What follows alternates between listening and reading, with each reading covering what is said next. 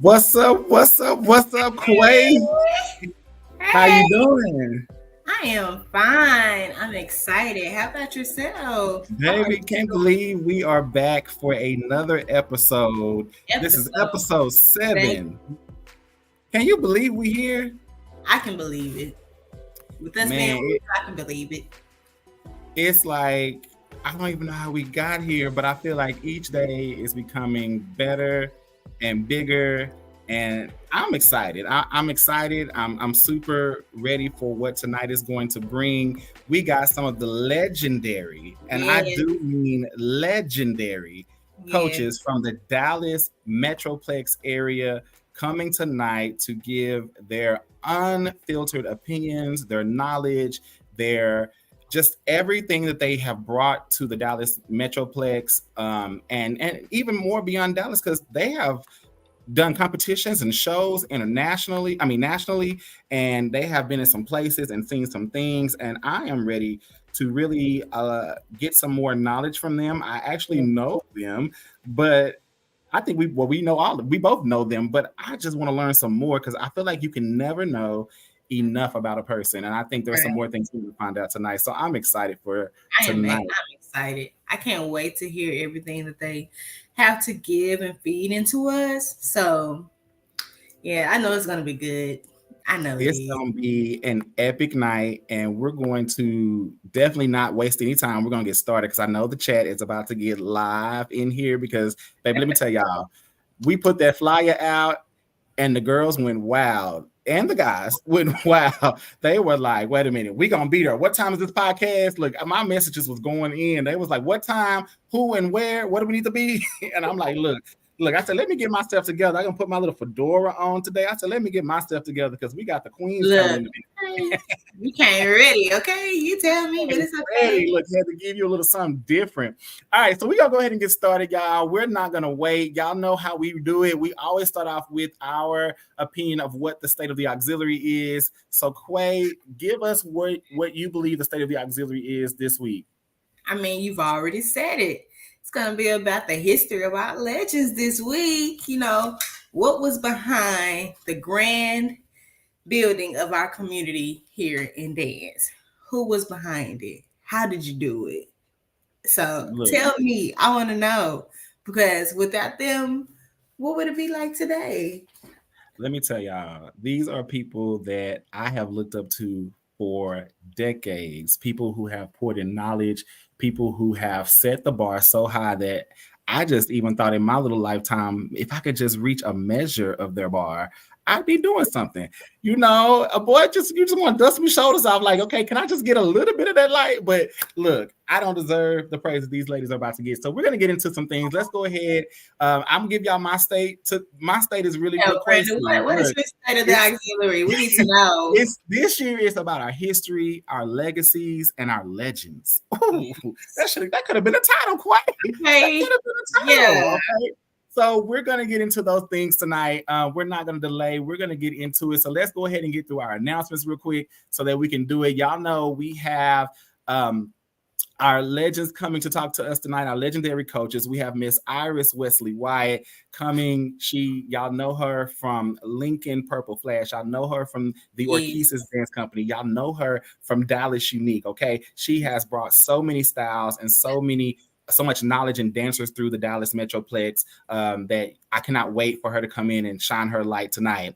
We have the Dr. Evelyn Forte Jones, who Yes. we know from the Prairie View A&M Foxes. We know from Townview Magnet High School. We know from Wilma Hutchins High School. We know from ODY. We know from a range of places. And I cannot wait for her to come in and sparkle her glitter into this conversation tonight.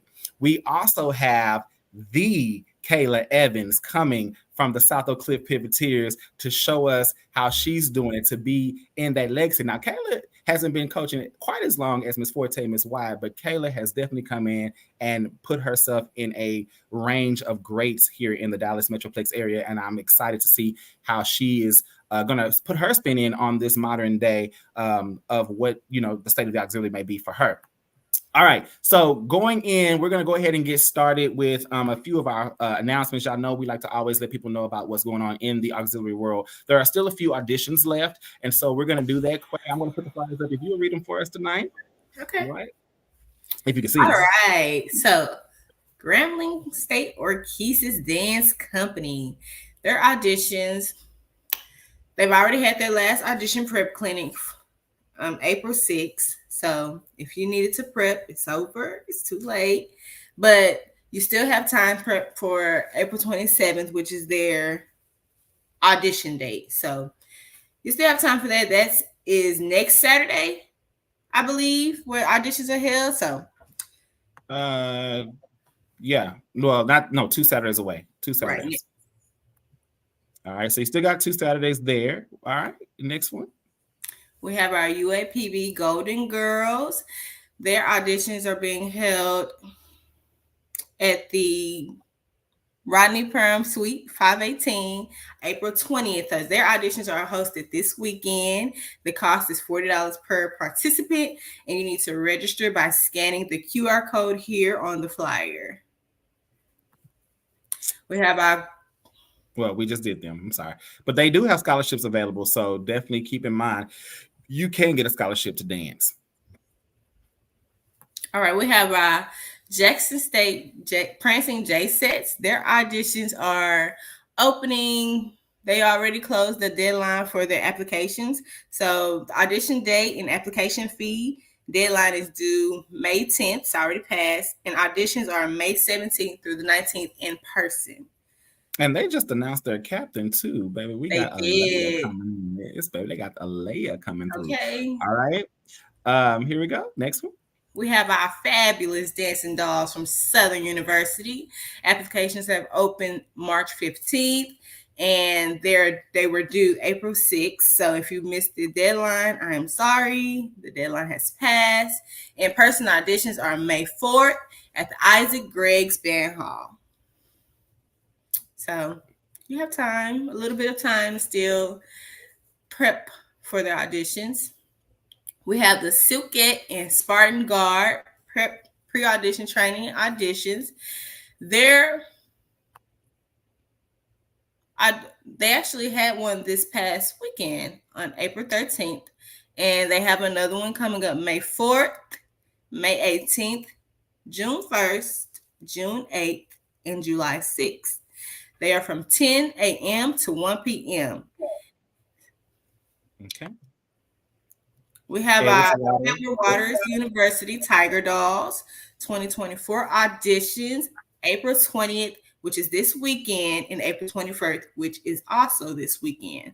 So if you are at Edward Waters University and want to be a part of the Tiger Dolls, tune in this weekend. We also have the Edward Waters Purple Passion auditions, which is also this weekend, April 20th. So make sure that you all are in attendance this weekend. Wow. We have the Electric Silk from SCSU Marching Band, and their tryouts are April 20th, which is this weekend at the Felton Gym. Their auditions start at 8 a.m. to 2 p.m. Charlie the Show said, what was the last school? It was both of the last two was Edward Waters. So their flag and their dance line was Edward Waters. Yes, we're trying to get that information out there. All right. Ooh, we got the Panther Doll auditions this weekend, April 20th, 2024. The clinic was 2 to 4 p.m. Auditions are 4 to 6 p.m. You must be at both to attend. Attire, you must wear a black sports bra, black spandex, dance, and tennis shoes.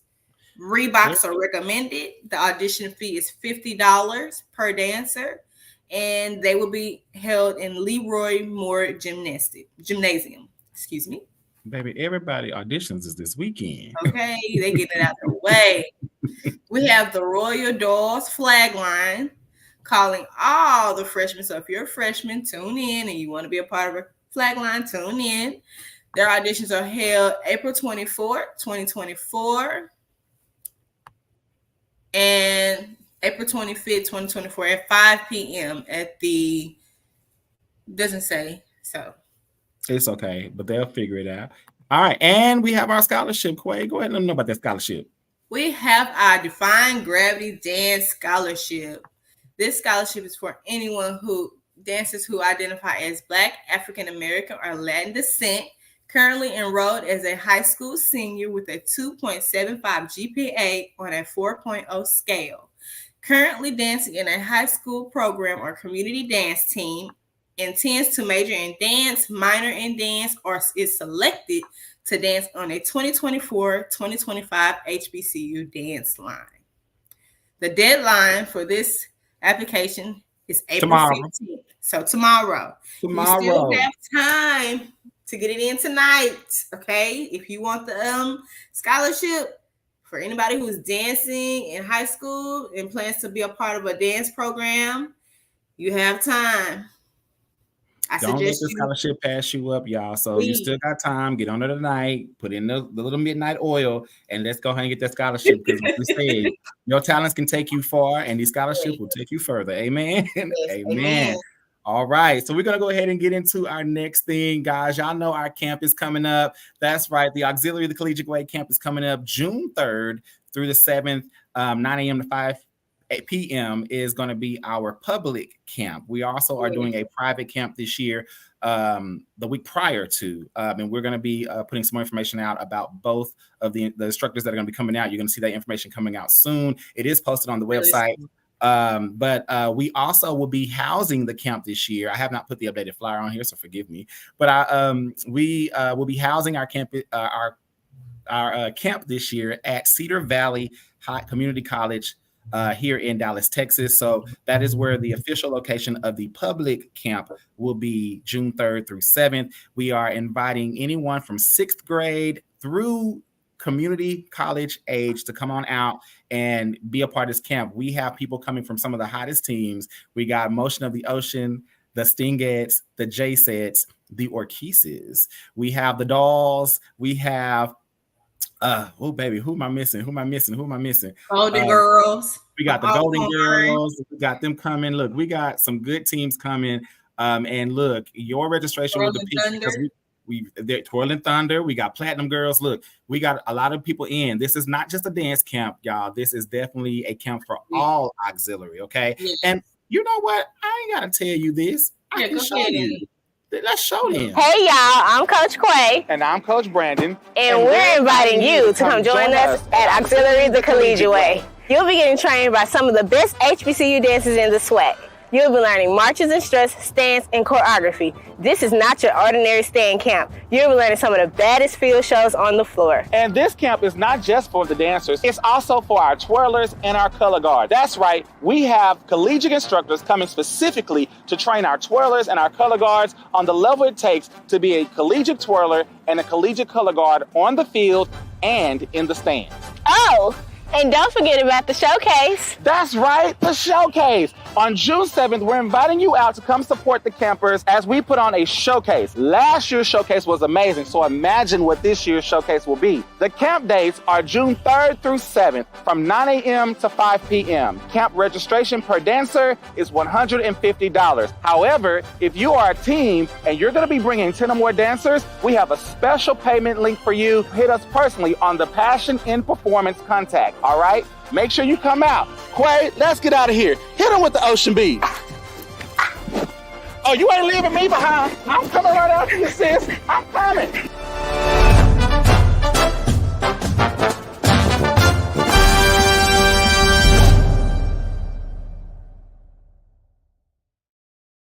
That never gets old. Baby, look, laugh every time. It's instant laugh. And look, if y'all think we playing about the level of what we're going to be bringing here in the at the camp, let me remind you of what we had last year. Every one of our instructors from last year is returning, and we've added some additional instructors this year. with the potential to add more, but it's all based on you and who you're bringing to the camp. So definitely make sure we're going to be bringing out our instructor announcement soon.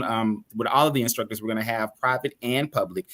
So we definitely cannot wait for that. But this is just a quick reminder, and then we're going to get into our interviews because I'm ready to get into these legends tonight. So a real quick reminder of some of the powerhouses we brought to you last year. All right, y'all, here we go.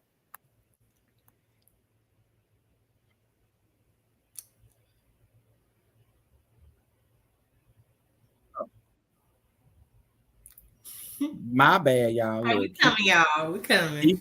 He forgot to put it on the screen. All right, let's try that again. Hey, you already know.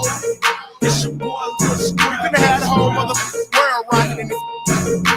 Make it shout. Check out. I like it when she rock her hip, then wave and skip. She rock her hip, then wave and skip. She rock her hip. She rock her hip, she rock her hip, then wave and skip. Hey, look at the hips. I like how she rock it. She bring that thing over into the ground. She gon' drop it and pop it hard as she can. Got me hard in the past because she all in her stance doing her mother dance, man. Look buddy cute in the face. She rock her hips to the face. She take a sip and she wait and wanna get with Lil J after she dance on that pole. I pull my can so quick and fast when that to the flow. Now I got 32 flavors of that bootylicious bubble gum. Raspberry, grape, cherry, come and get the sunny bun. Yummy, yum, baby, not your ordinary lady. Known to drive it crazy, Willy Wonka wanna baby. On the daily, off the hills, to rock my heels, to shake my skittles, soda pop it, watch the sizzle, man, this shit right here's the shizzle. Smoking on the highest drizzle, wanna taste it just a little. Rock my hips and make it wiggle, waving, sipping in the I like it when she rock her hip, then wave and skip. She rock her hip, then wave and skip. She rock her hip, she rock her hip, she rock her hip, then wave. I like it when she rock her hip, then wave and skip. She rock her hip, then wave and skip. She rock her hip, she rock her hip, she rock her hip, then wave. I like it when she show me she can rock and roll and drop it to the floor. That's a slow, shout it's all pro. That's the way to go. Tell her booty, ooh, we got a glancing every time that react. I thought her pretty cat. Give me that fat cat. No, and on the bill, you got me enticed. By the way, you run them hips, use a trip. Girl doing all them tricks. That's what's up. I like that a lot. Come and holla at us. I'm the top-notch glamour chick. Tell me if I throw it at you, baby, can you handle it? Cause the cause is rushing. If I hate her, wanna run they lip. Step up in the club and have them whispering. Got she said, take it to the bar. Hypnotic and Hennessy is on my lips. Seductively moving my body. Now watch me rock my hips. Take a sip off the goose. I'm looking good and living lavish. Big boy pimping, popping, dipping. Now tell me I'm not the baddest. I walk in the club and she whopping and shaking. I wanna take her to the house. So my players start breaking in her mother. Act like a player supposed. Got little buddy, touch your toes. Got little buddy, take off your clothes and let me see that apple bottom in that brown booty. Shout it slide up and down on that old VIP this high mother. I like it when she rock her hip, then wave and skip. She rock her hip, then wave and skip. She rock her hip, she rock her hip, she rock her hip, then wave. I like it when she rock her hip, then wave and skip. She rock her hip, then wave and skip. She rock her hip, she rock her hip, she rock her hip, then wave and skip. Hey, rock her hip. Told y'all, she rock her hip. We gon' have the whole world rockin'.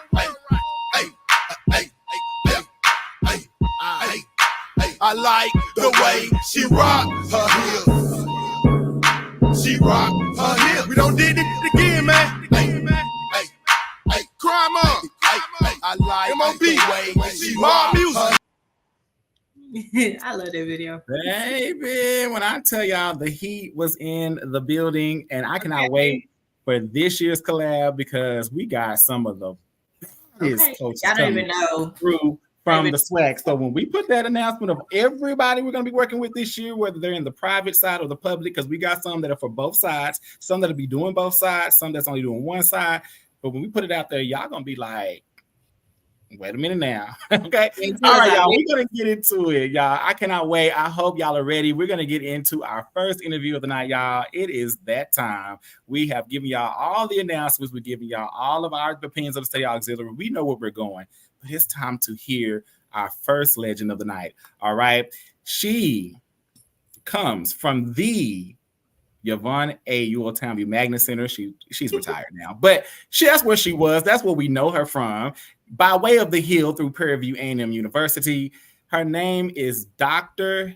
Evelyn Forte Jones, who, I mean, she's gonna give you lady sass in class. She's where I learned that, look, ladies don't open their legs. So when we dance, we're gonna keep them legs closed. Okay, we're not opening them. Okay, and I'm just here for all of that. That classy side, and she's going to bring her up now and let her introduce herself. So y'all give it up to our first guest of the night, Dr. Evelyn Forte Jones. Hey. Oh, we can't. Hold on, I think you're on mute. No, okay. So that I know what happened. Do me a favor, exit. Completely go out and come back in. I'm gonna kick you out and don't want you to come back in. We just a technology issue. Y'all give us a second. Look, it happens sometimes. I'm gonna kick her out. Okay, I put her out. She's gonna come back in so she can get in. Y'all, you're gonna have to get okay. Hold your applause, hold your statements, and we're gonna bring her back up in just a second. Okay? We're gonna get it right. We're gonna get it right. It's just a little typhoon. All right, but y'all, we cannot wait. Look, we have the ladies here. They are in the back and they are ready to school us tonight. I got my pencil and pad ready because I'm taking notes from some of these legends, because although I've heard from them in so many forms, I know they're gonna drop some gems tonight. I know they are. I feel it in the atmosphere. I feel it. So I got full spiritually at church today. I'm gonna get full tonight through the auxiliary tonight. I'm ready.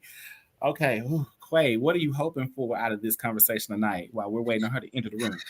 Honestly, I just want to hear everything that they've endured to be where they are today. So I'm just waiting on them to tell me everything I need to soak up as a, coach myself.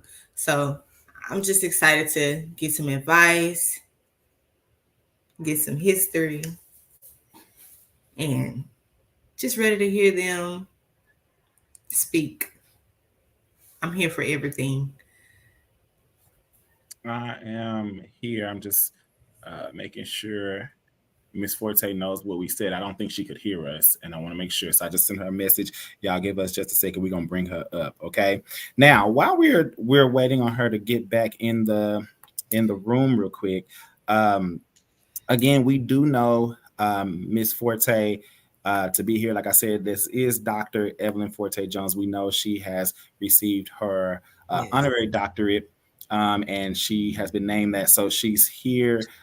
She was a Prairie View A&M Black Fox, one of the originals. She was on the second line ever of the Black Foxes. And I mean, we know the Black Foxes come from a history of legacy, y'all. This is when the Foxes wore the froze and they had the little crowns at the front of their head. So this is definitely a little bit of I live for the fro that came through the Foxes, and it's just takes us back to a time before the weave. Okay, before we had the bundles, before we did all the braids. It just takes us back to the time when we enjoyed our natural hair and all the things they gave us. And it just really takes us into a piece of nostalgia that sometimes I'm not even going to say, I kind of wish I could see this again in some form. I would love to see the modern take on what this would look like in modern form.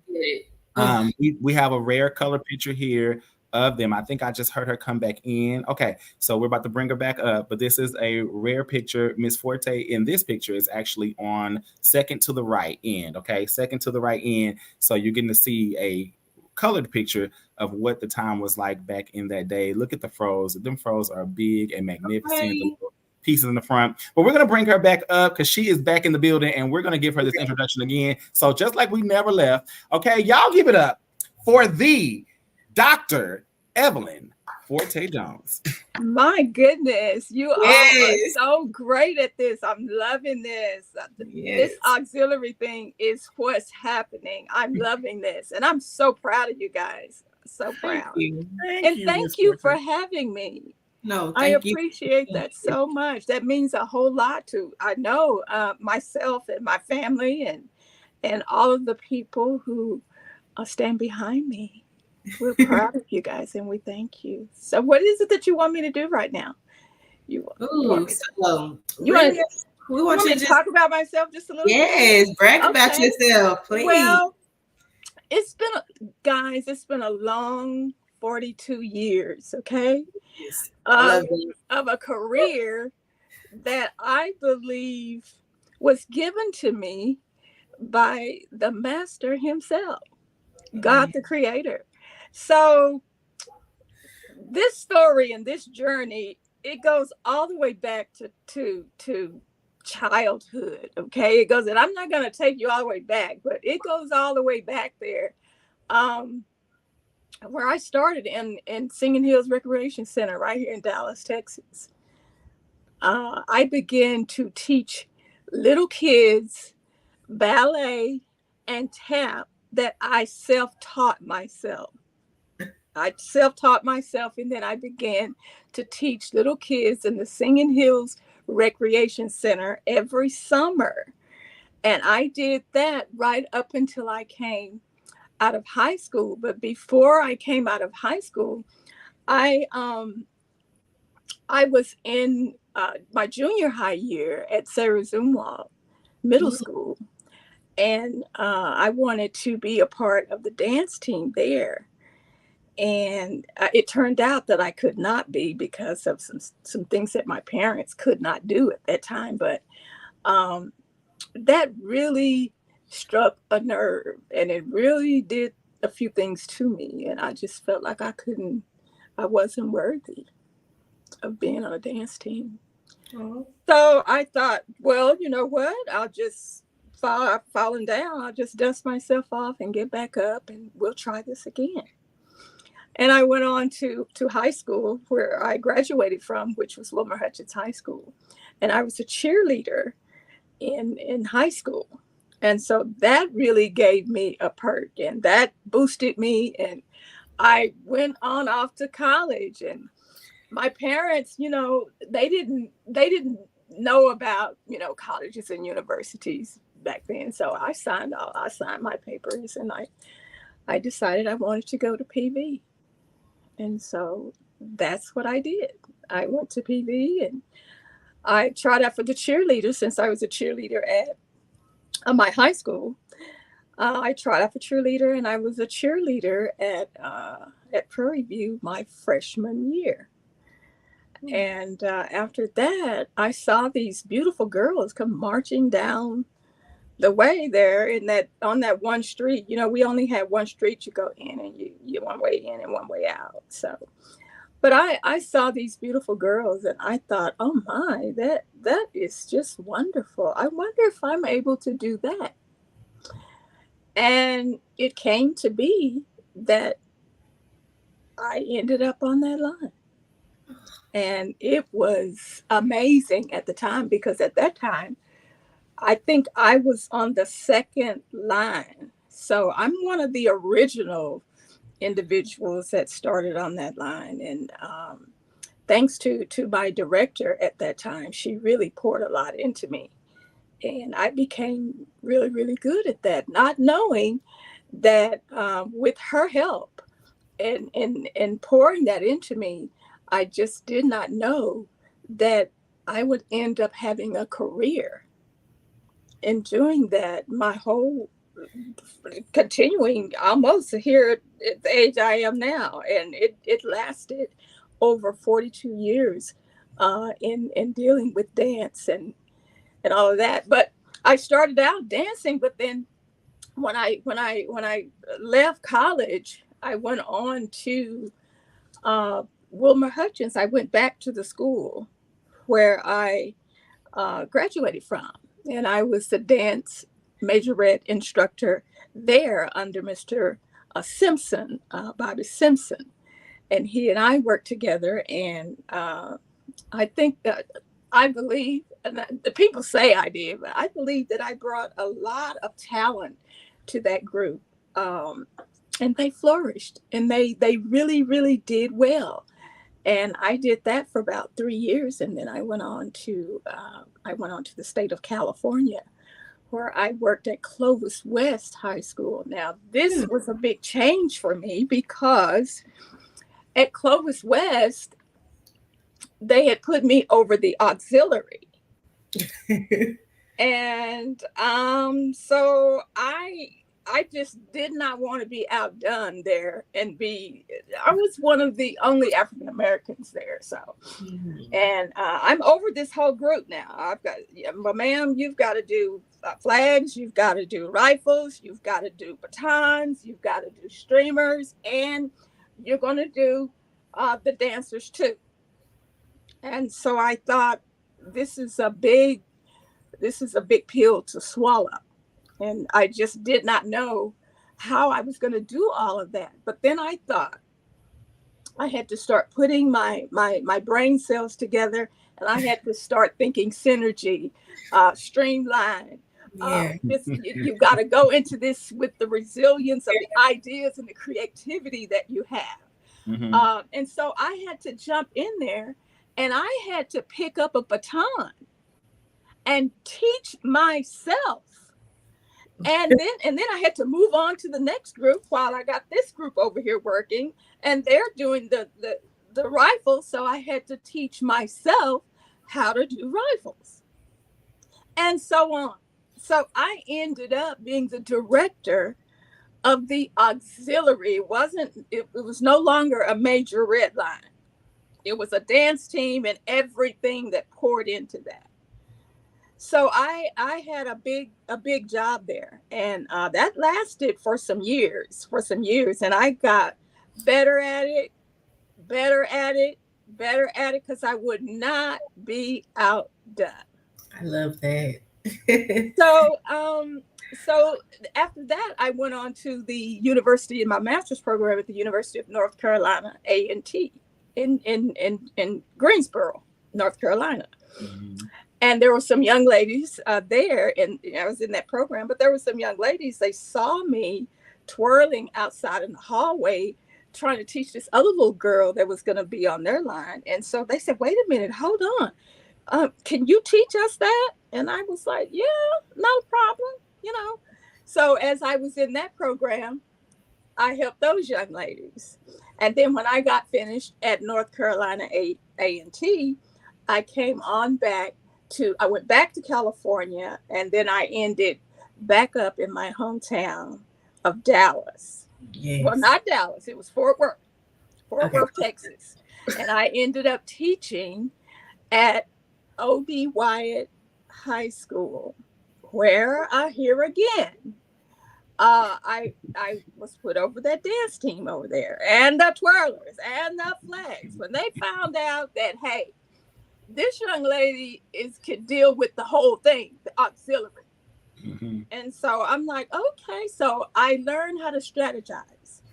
I learned how to use my analytic thoughts and creativity, in my mind. I learned how to use my body to work with these apparatuses so that I could, possess the skill thoroughly and be productive in excelling and getting the performance done.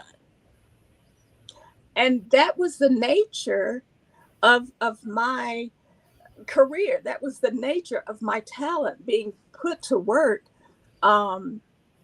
with all of the synergy that I had, all of my energy and synergy.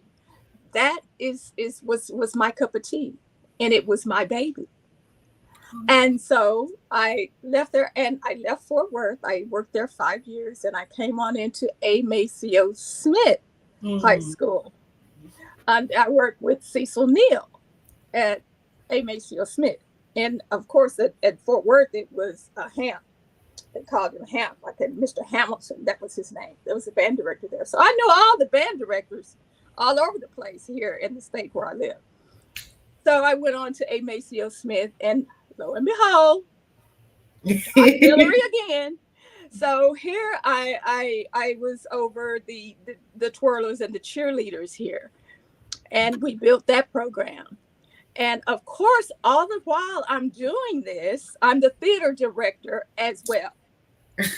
So I'm wearing 3 or 4 hats and growing programs all at the same time and building teams and relationships with young women who possess and want to do this type thing in the future.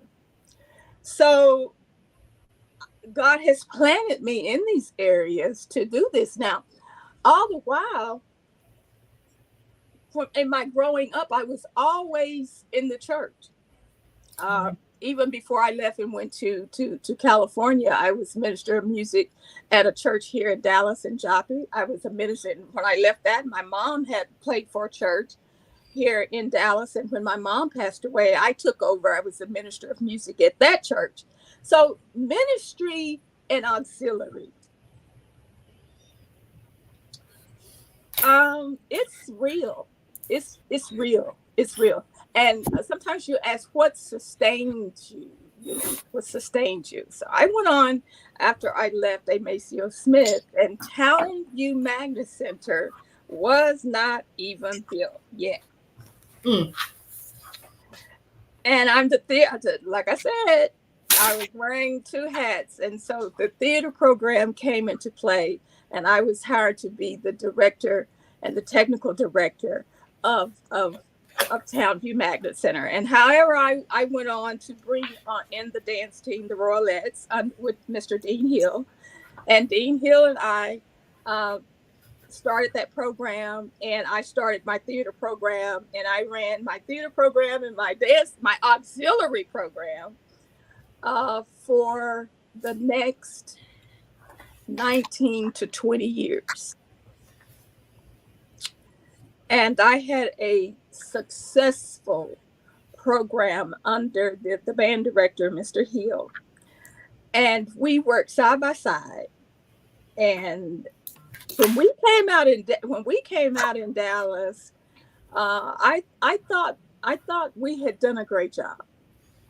And everybody had, thoughts about Townview.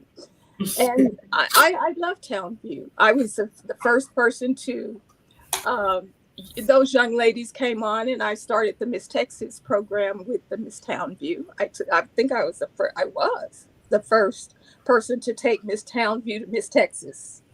Yes, I was. And I began the debutante programs there at Townview as well. So I had auxiliary twirlers, I had the dance team, the rifle team, the whole full auxiliary, plus the theater program, plus growing young women to do some of the things that they wanted to do in life. And I supported them on those things. So I had a full career, blessed. I was blessed to have people around me that shared the same sentiments that I had. They were innovative, and I'm speaking to someone that's sitting here right now. But this individuals were so innovative and so working with me so that we could achieve our goals, and to make sure that the performances were in play, and they were getting the skills that they needed. And I had people there working with me. I had a team, and this team was great to me, and I will forever pour my heart out to them and thanking them for the things that they put forth to do. And that too is still there, because we grew a bond. And not only the people that work with me, but the girls, and we became a family. Mm-hmm. We became a family. And everyone, like right now, we have a sense of belonging. I called up one of my dancers, she's an attorney, to do a show with me. And I just popped up and called Amber Hamilton. And she answered, she's an attorney. And then when I needed someone else, I called Dr. Henrietta Mathis, who was one of my dancers. And then we go on, and it's Chelsea Jones who has her doctorate right now. And then it's Jareen Turner. And then I've got Edwina Henderson, and I've got Tianiqua Haywood. And then Ashley Reedy is a dance instructor at her school. And then you got Shamiria Hall that went all the way to Prairie. Yeah. And just, I mean, these individuals inside the family, a sense of belonging. So dancing and all of the auxiliary apparatuses that go with that. And they had to do everything. I mean, if you were going to come to Townview under my direction, you had to dance, you had to twirl, you had to streamer, you had to rifle, all of it. And someone said, and when we started out, we were winning. We were winning for a long time. And these other schools, they were coming too, because they were just as good. So all of Dallas, all of these bands in Dallas, they worked hard, they came, they competed against us, and we were afraid sometimes. We were definitely afraid because they were working just as hard as we were, and we gave them their props.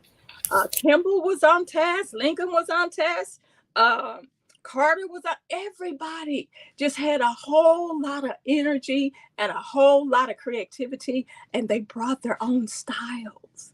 And when those styles poured into those stadiums, OMG, it was awesome. And now that we're here in this day and time, and I've moved out the way. I'm kind of over to the side, but they're bringing a new energy into the system right now, and it's going to be their own.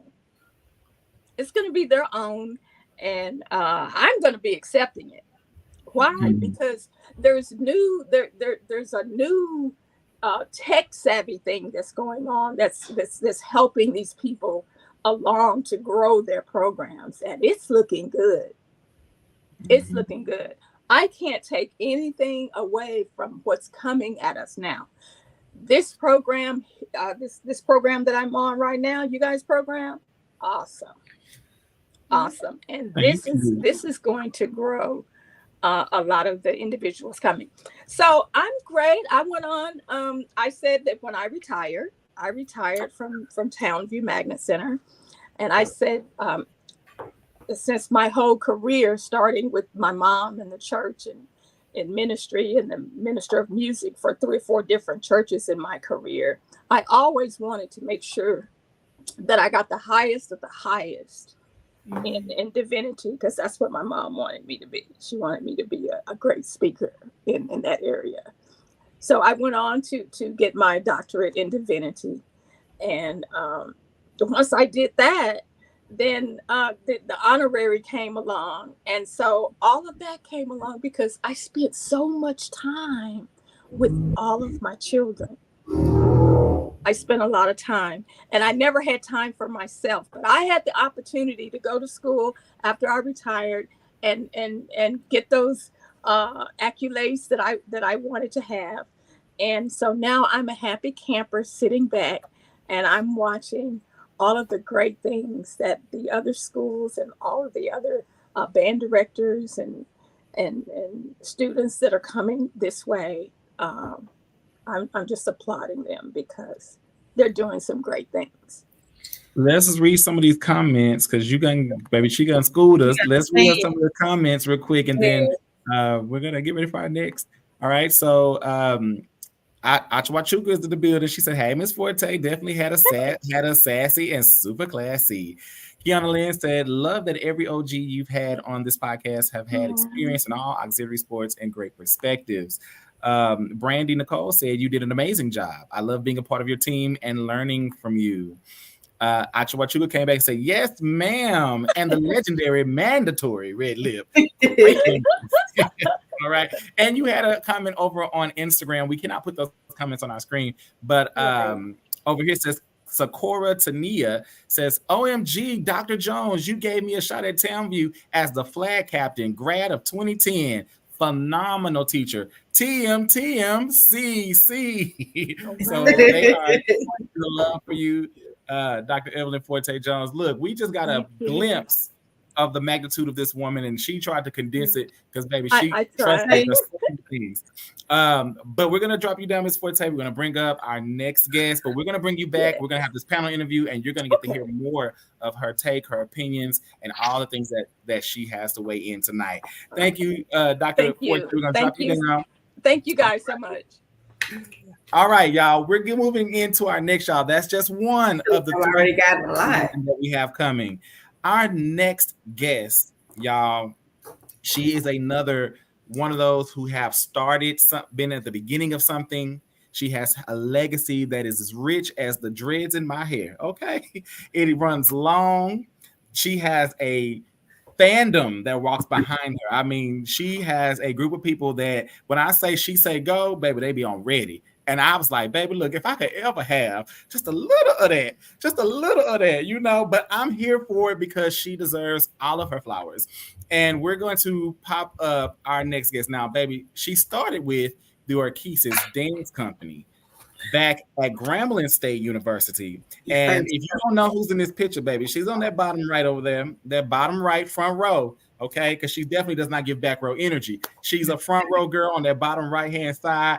I want y'all to get ready and welcome our next guest in, y'all. Y'all know her, maybe from Purple Flash. Y'all know her, maybe from Lincoln High School. Y'all know her, maybe from the GSU. But baby, Miss Iris Wesley Wyatt is about to school the girls. And we know she is. Y'all give it up for Miss Iris. Hey y'all. How y'all doing? Fine. How about yourself? I am doing great. That is absolutely amazing. Yes, I didn't even say Dallas Unique, but yes, Dallas Unique too, y'all. Thank y'all for keeping me up. Look, trying to remember all these accolades, baby. They come with the accolades. Miss Wyatt, welcome to the show, and thank you so much for joining us tonight.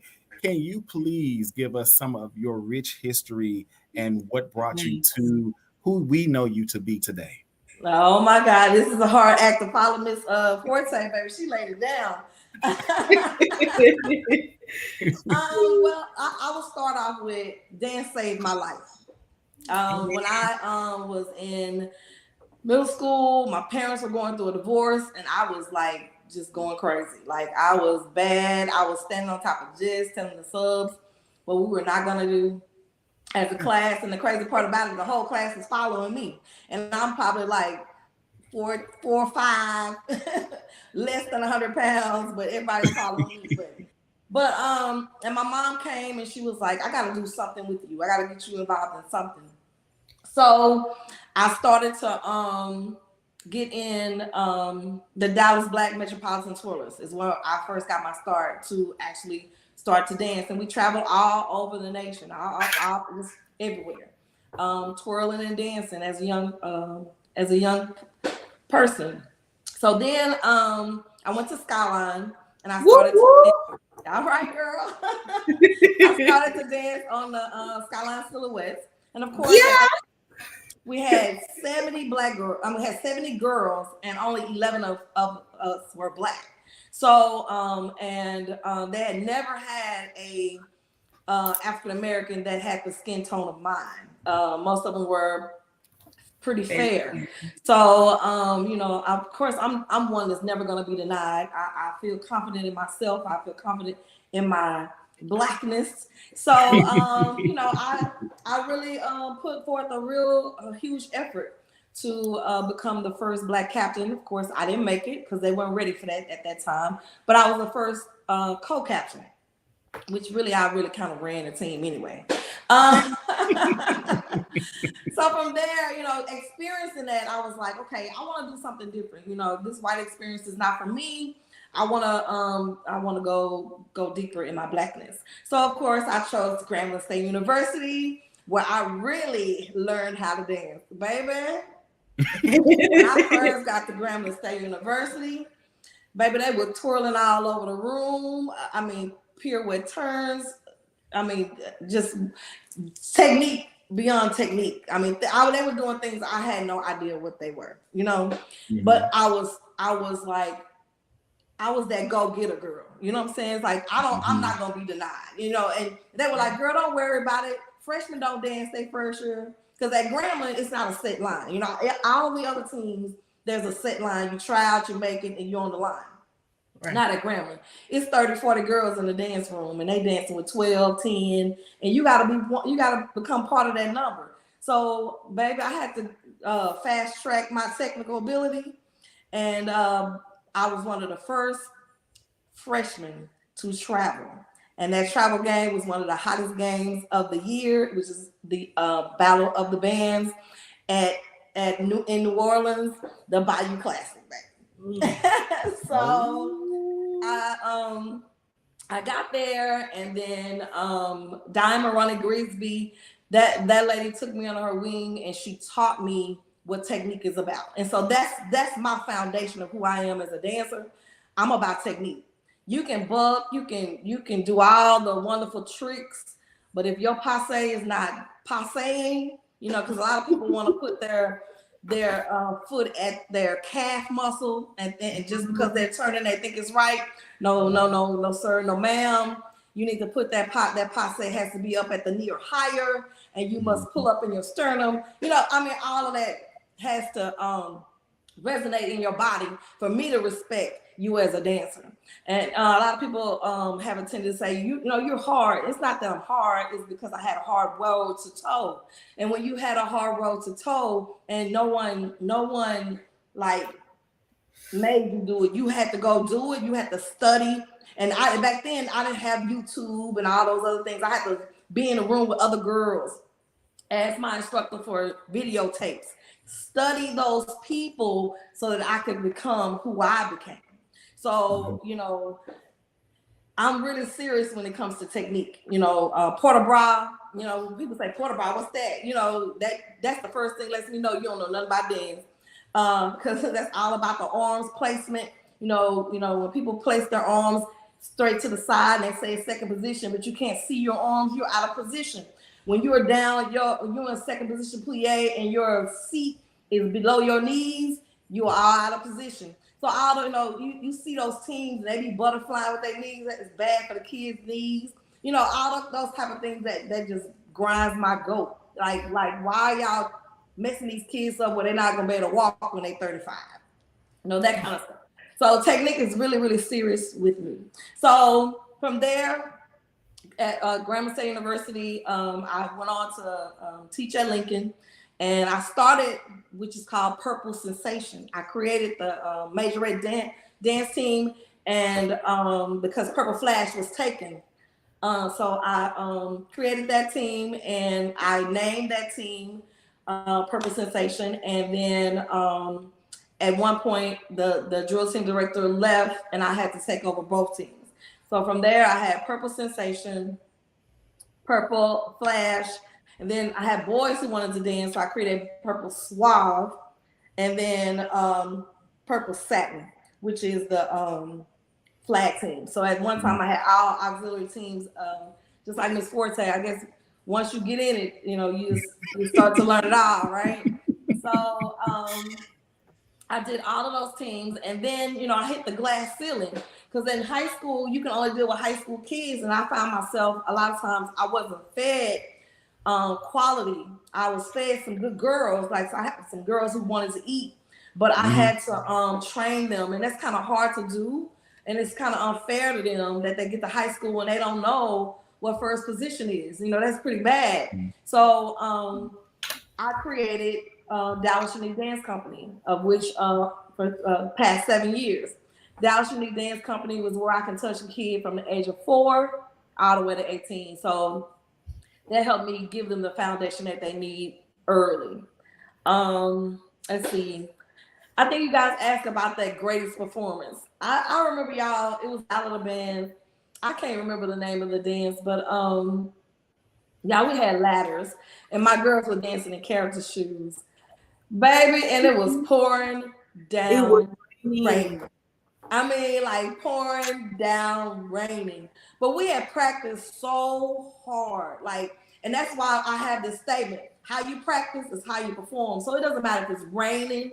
It doesn't matter if it's hailing. It doesn't matter if it's dark and you can't see. What matters is your body is going to remember exactly what you taught it and it's going to execute. Y'all, when I say them girls executed in the pouring down rain in character, and I didn't just do 1-inch character shoes. I had to be extra. So they had 2-inch character shoes on ladders dancing in the rain.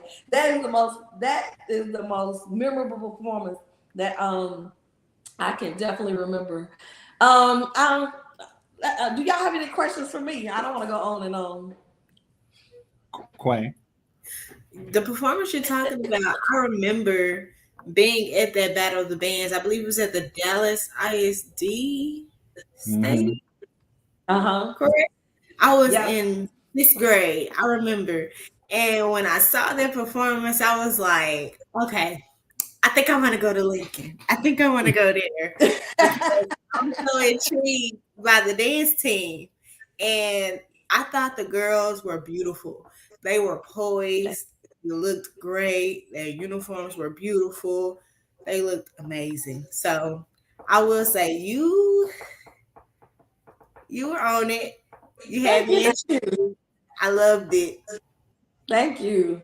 And I always want to do something different. You know what I'm saying? Everyone, that was very different. Always does, just dancers or just whatever. I always want to do something that you haven't seen or something to take everything to the next level, because my girls always push me for greatness. They would come in, they'd be like, I like this move. Can you teach me how to do that? I'm like, yeah, let's get it done. You know what I'm saying? That's why I love my girls so much, because they make me better. Right. So one of my dancers named Leslie Carter, right? I remember Leslie. I did. Yes, baby. Leslie's the bomb. Leslie was like, I want to do a spring show. All these white schools are doing spring shows, baby. We started doing spring shows every year. You know what I'm saying? In order to do spring shows, you gotta have about 30 dances. So we have to be creative. We have to just throw it out there. So yeah, my girls make me great. So I take no credit in it. From the time I started, which is in 2000 at Lincoln High School, until now, my girls make me great. I love that. Baby, I love that you give recognition to your girls too. I hope y'all are getting these notes that are coming through, baby, because the legends are legending. Okay. Hashtag legending. Okay. Y'all, look, I want to read a few of the comments in case you didn't get them over on Instagram, because we cannot put those up. But you have someone that came in that said Raiders, Skyline Silhouette alum. Hey. Crawley, W-R-A-E. I hope I said that right. And then, of course, baby, look, you got people coming in. Sherry Slaughter saying, hey, girl. Tony, Denisha, absolutely love her. Hey, girl. Again, it's the technical dance terminology for me. Sherry Slaughter, yes, she is very serious about technique. Sherry Slaughter, I remember that, and they did the thing, okay? Kiana Lynn, I remember that routine. It was flawless. Sherry Slaughter, my Lord, she's always outside the box. So you got lots of love coming in, and there are many more in the chat, but they are definitely coming in. Y'all don't be scared to put the comments in. Let them know how much you appreciate each and every one of them, because they all are bringing the heat tonight. Miss Iris, I just really quickly wanted to ask a question, and then I'm gonna let you go. Let me add one more thing in there real quick. Go ahead. Let me add one little thing in there. I just want everybody to know that I was not just a dancer. I started off with Dean Hill from Townview. He was over the CNC Children's production when I was at John Neely Brown Elementary, and I was in the band. I started off in the band. I was first clarinet, by the way. I can relate to that, because although a lot of the dancers know me from dance or whatever, I was a band kid. I played like 9 different instruments. So I have a passion for music. I started with instrumentation. I started with piano. Okay. So I love instrumentation. So I definitely understand. And it makes you, in my opinion, it makes you such a better dancer and teacher, because you understand music. and you get the rhythm and the pattern. So definitely, Yes. you have any background, any instrumentation, it's going to make you stronger. Oh, okay. So yeah, I have one question for you. My question was, you said you started off twirling with a community twirl team. Is that correct? Absolutely. Okay, and so Miss Christian at OW Homes. And y'all twirled specifically, or y'all twirled and danced? I want to make sure I heard that correctly.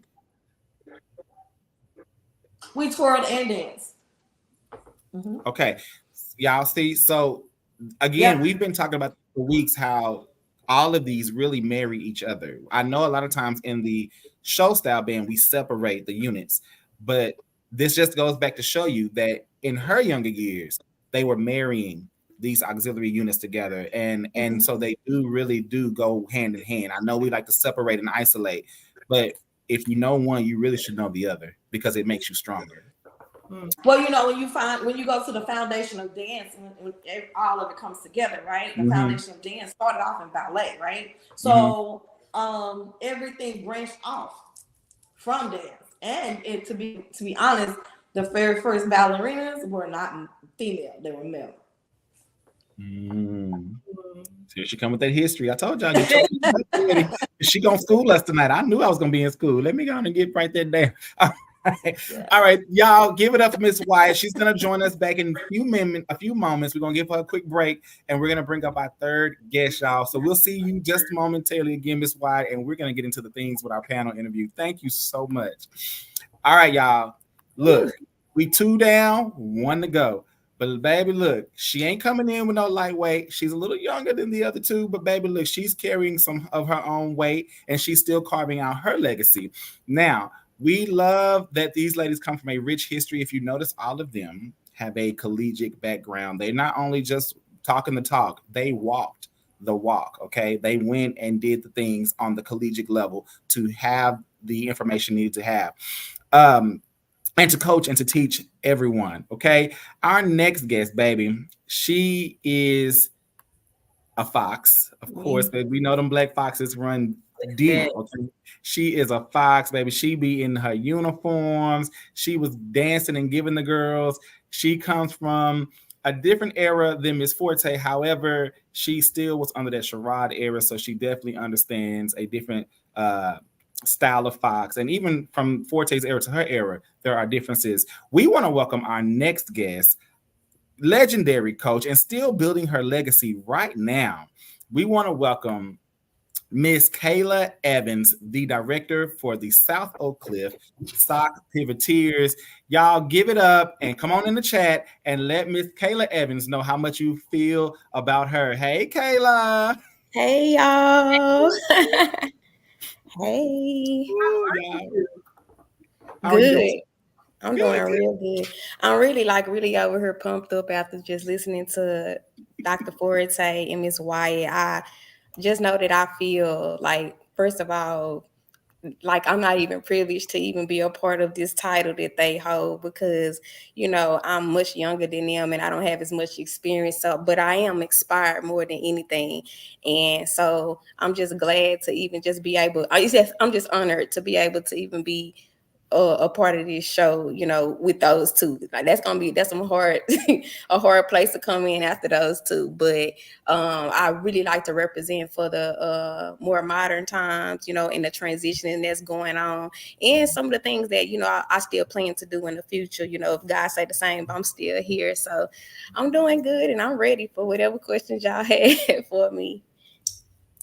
Well, first things first, go ahead and give us some history about yourself. Let us know. Let us know who you are.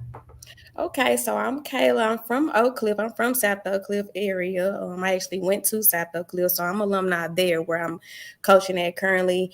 I've been wanting to be a dancer since I can remember, just as a little girl seeing ballerinas on TV, and that's one thing that I could never actually do as a child. I could never be a part of anything that has to do with dance. If it costs money or if it means that somebody got to take you and pick you up and drop you off, I couldn't be a part of it. And my first memory was, you know, I remember my family members asking me, hey, what you want to do when you grow up? And I was like, well, I want to be a dancer. I want to be a ballerina.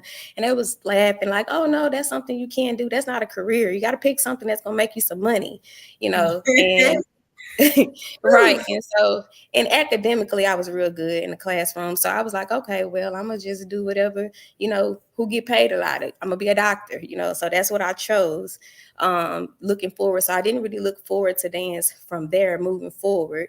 And, I seen my friends, and even if it was just cheerleading, Pop Warner cheerleading or just getting training, I could never really be a part of any of those things. So, I didn't start off as a dancer though. I did come in first as a majorette. And how that happened was when I was in middle school, my best friend's mom was actually working at Townview with Dr. Forte. And so her daughter, which was my best friend, became a part of Dr. Forte's program and started out twirling. And I kind of spent a extended period of time with her and her family. So I would just be so jealous seeing her with this baton walking around twirling and talking about Miss Forte. And then I would even go to Townview with her and watch them practice. And I'm like, man, I want to do that, But once again, I couldn't be a part of anything. At one point, I went to Atwell Middle School. And so at one point I snuck on a team. Like I snuck on it was like a step team. It was like a step team. I was like, you know what? I'm going to miss the bus. I know I'm going to get in trouble, but I'm going to see what they say. If I tell them I done joined this team, I must have got the whooping of my lifetime. When they called, where you at? I didn't show up for home. So I was like, you know what? Just forget it. But I had a plan in mind. And my plan was, when I get to high school, I'm going to SOC because we live walking distance from SOC. And whatever I got to do, that's what I'm going to do to get on the team. And so once I got to South Oak Cliff my freshman year, I joined the twirl team. That's all I wanted to do. I saw them with the leotards, with the sequin. And at that time, drill team was still with the precision drill with the boots and the petticoats. And so that didn't interest me. That style of dance didn't interest me, but the twirlers, they was bringing it, and they was like the it girls. So I joined the twirl team, and that was really fun. And then it just so happened my sophomore year was the year that the Pivoters did transition from the drill team style to the HBCU style. So what happened was they got a new coach, and she brought in someone from Jackson State. And they came and they trained the Pivoters.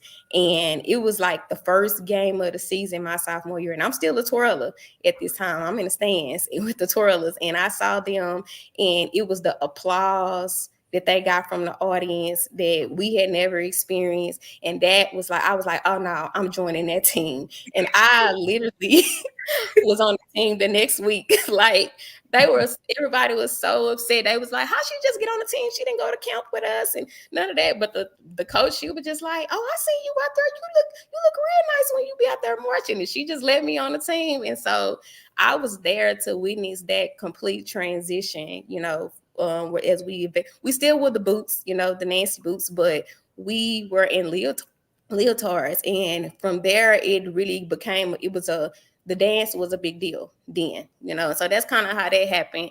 And then, but I had no technique. That's one thing I can say. I never was able to learn any technique. Everything I did from that point on was pretty much self-taught. And then once I got to Prairie View, and I remember going to the Black Fox audition, and I walked in there and I had my little leotard on, and I got my little number. No, I didn't even get the number. When I walked in, I saw all these girls with their parents. They were walking around twirling and spinning, and I had never seen any technique. And I was like, oh no, I'm not gonna make this team at all. And so I walked off. I was headed back to my dorm. And one of the current Foxes, she knew me from high school, from Roosevelt. She came and caught up with me, and she was like, where are you going? I remember you. Because at one point we danced with Roosevelt, we collabed with them, and she was like, I'm telling you, you got a chance, you do so good. And I'm like, I'm not going in there with them. And so she encouraged me to come back. And when I came back, And that's how the memory is so vivid, because I was the last. So she convinced me to come back, and I was number 84. And I'm like, it's 84 girls, and they said they picking 19. Ain't no way, And so I ended up making a team, and I was in like really in disbelief, because one thing that I was trying to hide, that I had to hide real well, was my right leg. It was born deformed. I was born with a deformed leg. So I can't do a split on my right. I can't do a real good high kick on my right. It's just mediocre. And so I was like, whatever I do, I'm gonna overcompensate, and that's how I kind of got noticed. That was what my strength was, my energy and charisma, the facial expressions and things like that, because I had to overcompensate for where I was lacking. On top of that, I didn't have any formal training. And Dr. Sherrod, our coach, she was like, well, I'm going to put you in some dance classes since you've never had technique. And I actually got enrolled in those classes, but I sat on the floor because I was very intimidated. I never learned anything, because she put me in a advanced class. It was like, I don't know, dance 3. And I'm just like, what? I ain't even had the beginning. So these girls doing across the floors, and they sashaying and, pot beret, and I didn't know how to do any of those things. So I never really had no formal training. And so once I graduated from Prairie View, I ended up, my major was biology. So I'm a science teacher, and I still am a science teacher. And so that's what I came to SOC for. I came there to teach science. My mind really wasn't on dance anymore at that time. Especially because I didn't finish out my last year being a Black Fox, because it was so hectic being a science major, and I was preparing to go to med school. I found out that wasn't my thing, med school. So I ended up going to SOC and becoming a teacher. And one day, we had a new principal. She hadn't been there but a month at the time. She came in and she was like, somebody told me that you had some type of experience with dance. I was like, yeah. She's talking about, well, we need a coach, and we need one like today. Are you able to do that for the Pivoters? And I'm like, yeah, I guess so, and I became a coach overnight. And she was like, okay, well, next weekend they got a parade, and then in about 2 weeks, I need you to put together a spring show. And I'm like, I don't even know what a spring show is. So that's how I started as a Pivotary coach. It was just like an overnight thing, and I ended up adapting.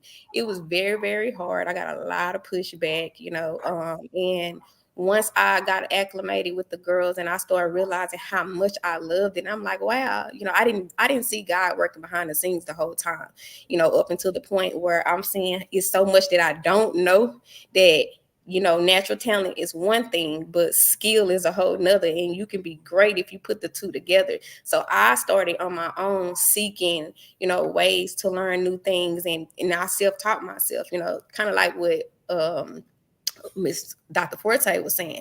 I taught myself, and so that I could teach them and get them prepared. And so here it is 9 years later, and that's how I came about really liking dance. I never was on a competitive side. I didn't want to compete. I really just enjoyed the girls. I really, really did. Because dance is a ministry for me, I know it was something that God brought me to, and but we did go to I think my first year of coaching, my second year of coaching, we went to a battle of the bands, and for the first time we placed. And I was like, oh, you know what? I might be okay at this. So that's how I kind of started. Never had that type of confidence. That was never even on my mind. And once I saw that motivated me to just keep going, keep trying new things, be more creative. And I got really, really into the creative side of field show. So field show is my thing, so that's all. Great.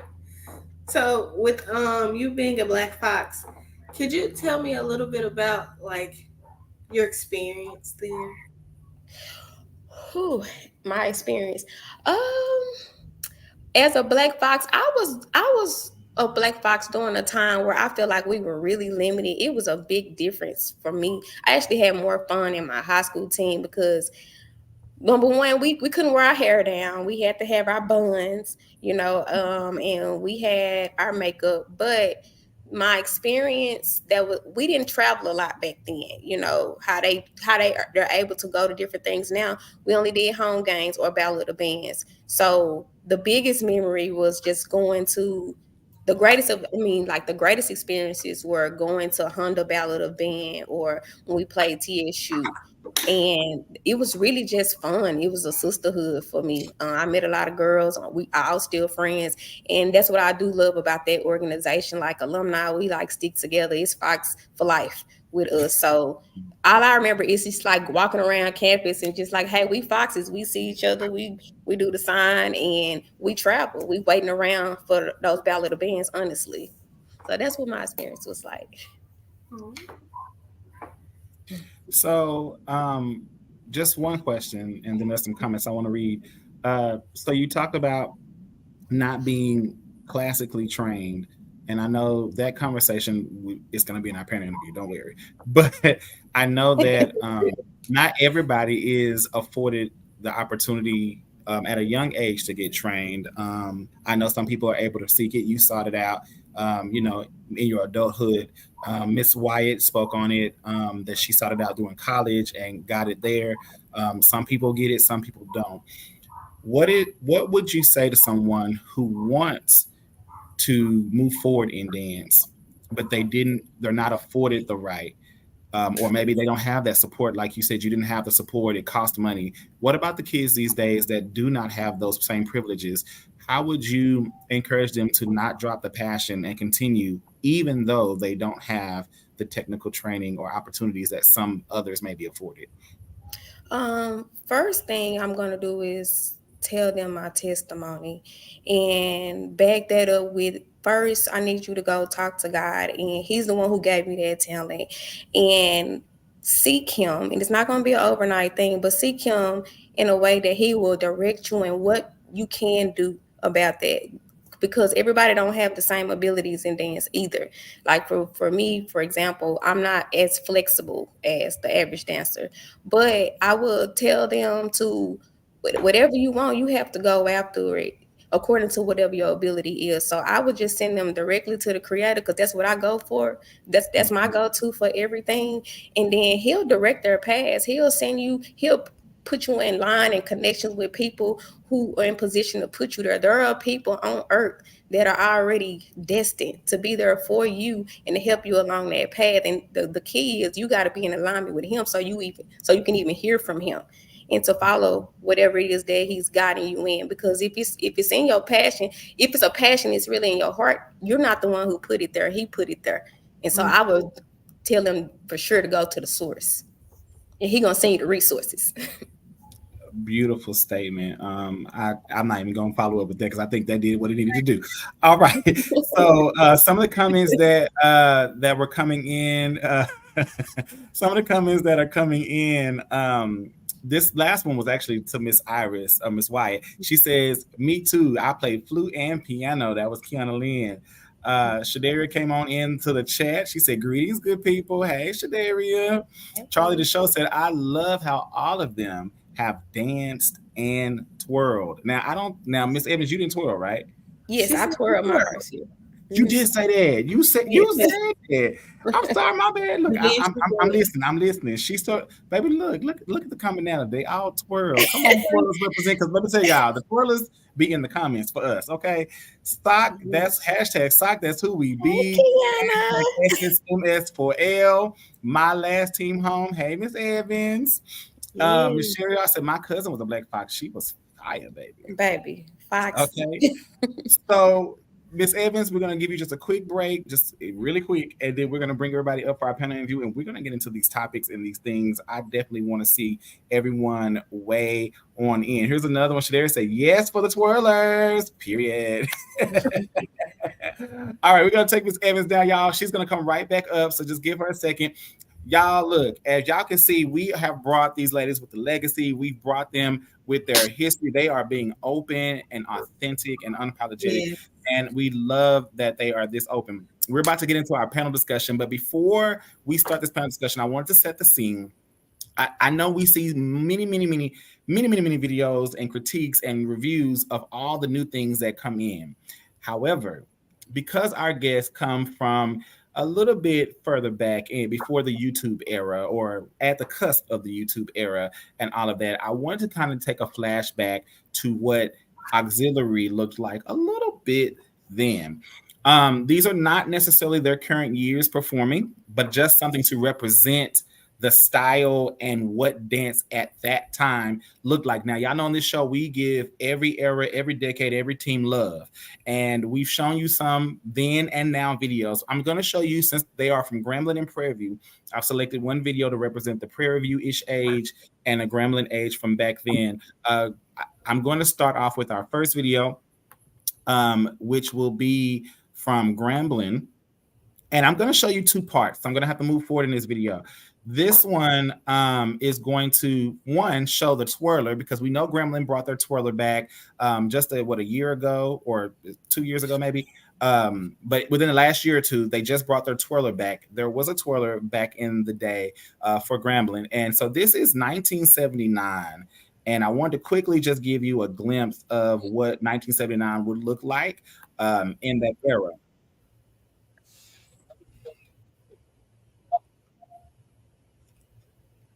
I'm gonna stop doing it. Just play. Keep me together. Okay, because I couldn't even do. My bad, y'all. I keep forgetting to share the video. Forgive me. That is my bad. Okay, right. Here we go.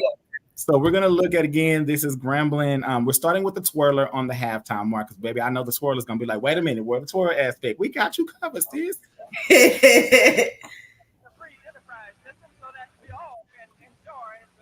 Okay, Brandon, because I'm gonna be booking classes in a minute since everybody twirler. Yes, baby, the twirl. You gotta have that element. Baby, she is twirling them batons. Okay. Come on, hair. You better eat. Eat, mama, eat. Yes, look at her. Oh, I got excited. Them real twirl skills, baby. Them real twirl skills. Okay, I'm gonna fast forward us. Y'all can hear us. Y'all just can't see us. Okay, I'm gonna fast forward. Now, here the dancers are, I believe these are their dancers. And if I'm wrong, please don't get mad at me. I'm just going based on what I know. Okay, I believe these are the dancers. I think with a specific show, they're using pom-poms. I could be wrong, but I think this is them. Okay, I think this is them. Miss Y gonna let me know in a minute. I know she'll be able to tell me. Okay, but I believe this was them.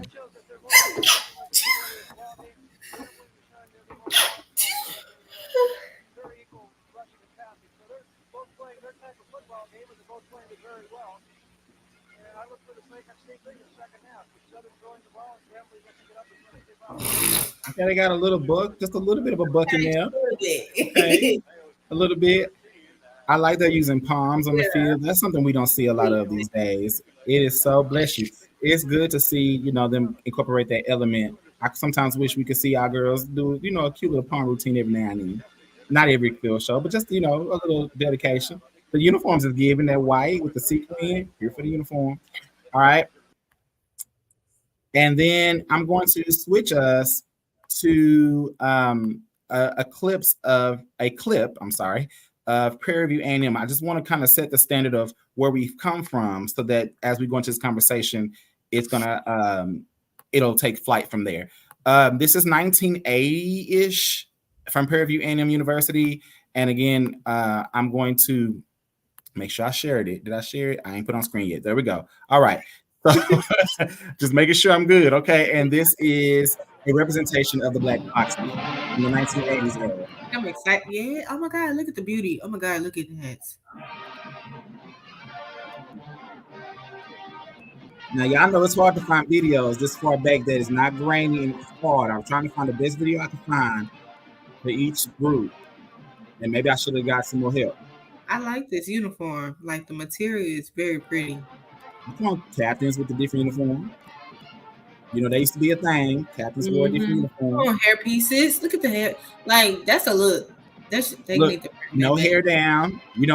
Old school foxes wore earrings. The captain got her hair down, though, so she's special. The foxes was known for wearing earrings. We know we don't see that so much, at least the dangling earrings. We see studs now. But the foxes wore the earrings, the hoops, and all the things. Oh. I love it. The hat is cute. Yes. Do they have the legendary foxtail? Let's see. Well, I guess you call it foxtail. They have the fringe. So the bottom fringe is a thing. Both teams had that. Just looking at those commonalities. The shiny uniform. Come on, circle. Look, circling in the Okay. 80s. Come on, line. Keep line. Oh. Okay.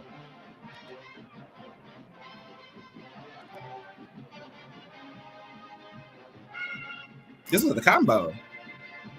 This might have been a Gremlin versus Prairie View. Prairie View game. So that was the combo. I need All the right, y'all. material. So look at these comments, y'all. The comments coming in. We're about to bring our panel back up. All right, in just a second. We're about to get them ready now. They are preparing to come back up. And look, the comments are coming in talking about all the things. Let me see. She said yes for the turtles. Okay. She said, oh wow. Tony said, eat, baby. She talking about them videos. Real twirler. I love it, baby. That twirler was eating on Gremlin's Field, baby. That's what I'm talking about. Bring the twirlers back. That's what we're going to have that conversation another day. We stands for the dance lines to serve it up. Yes. Now I love me a good palm routine, baby. You better say it. Bless you. Oh, she was blessing you, baby. She blessed you. Okay. I hope you received it. Okay, y'all get ready for our panel interview. We got some great topics coming your way, and however the conversation goes, however it goes, we're bringing back up each of our guests. So we want to welcome back Dr. Evelyn Forte Jones to the screen. Welcome back Miss Iris Wesley Wyatt on the screen. Welcome back Miss Kayla Evans on the screen. Y'all, we're about to have some great conversations, okay? And I'm here for it.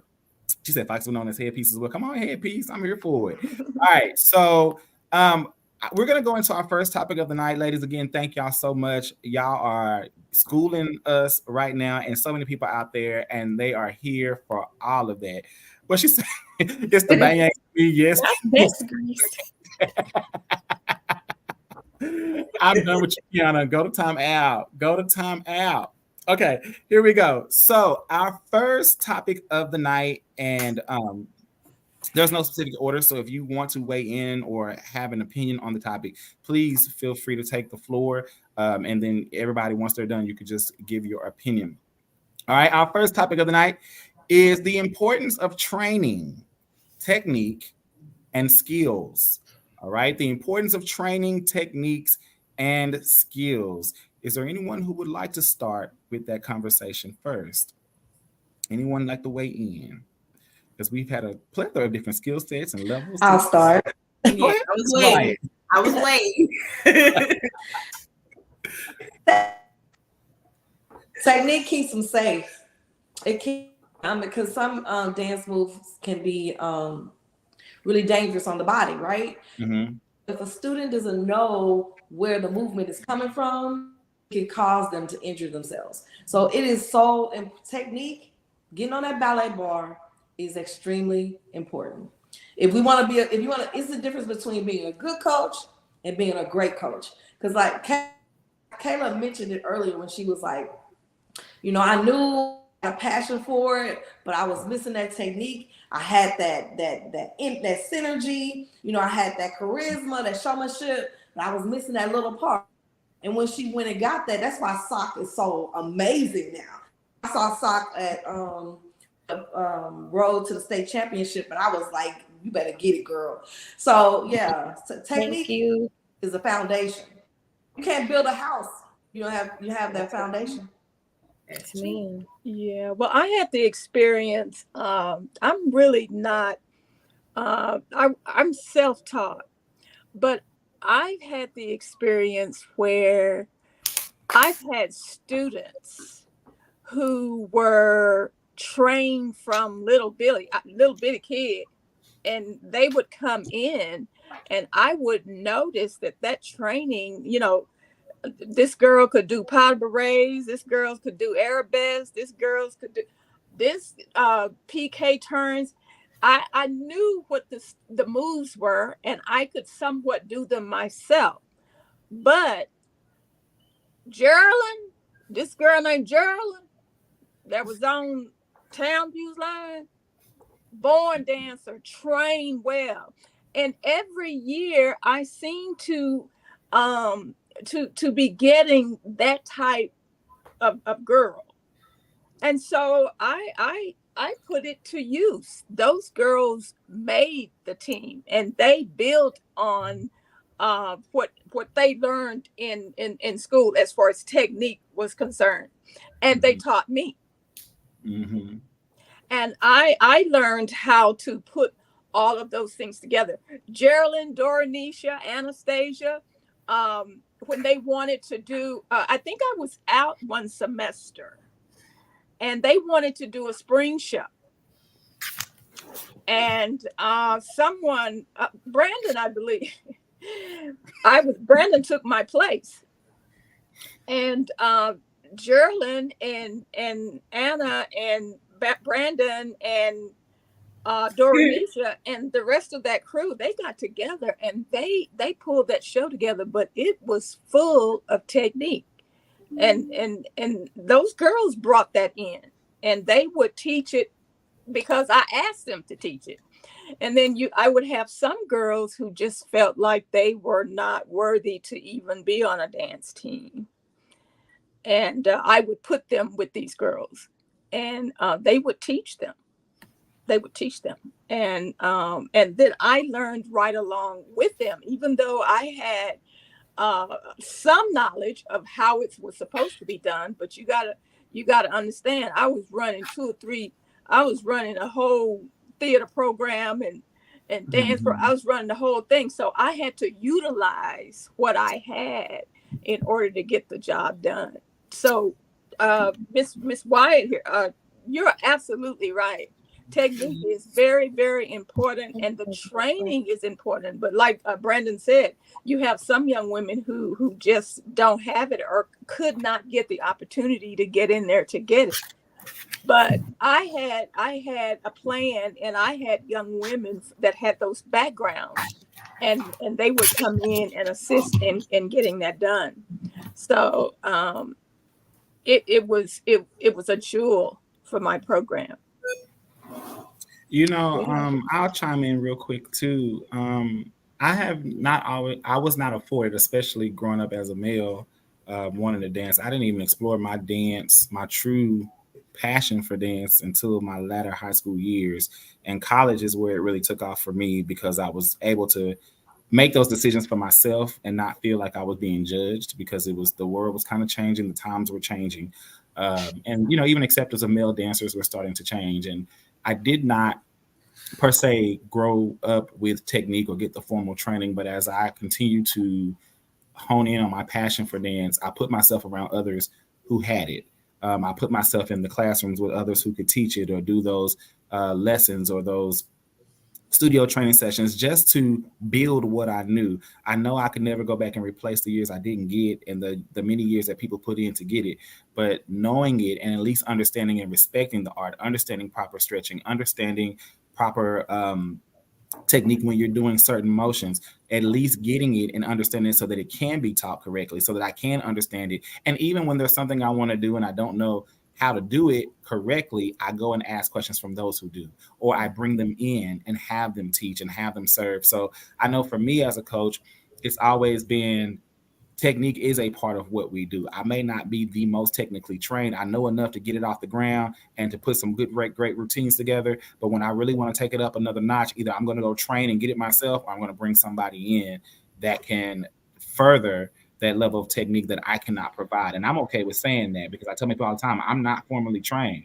but I bet you I can get out there and make you think I was, make you think I was in some aspects, because I'm going to try my best to make sure that, I do put those things that I've learned throughout my years, whether it be through, and it's not just technique from dancing, through twirl and color guard, because all that I was self-taught at the time, but I went and put myself in all of those realms to develop the skill set and the levels needed to be able to do the job at the correct way, to make sure these kids are learning it, or these students are learning it the correct way, to build some really good teams. So that's something I can share from my experience as well.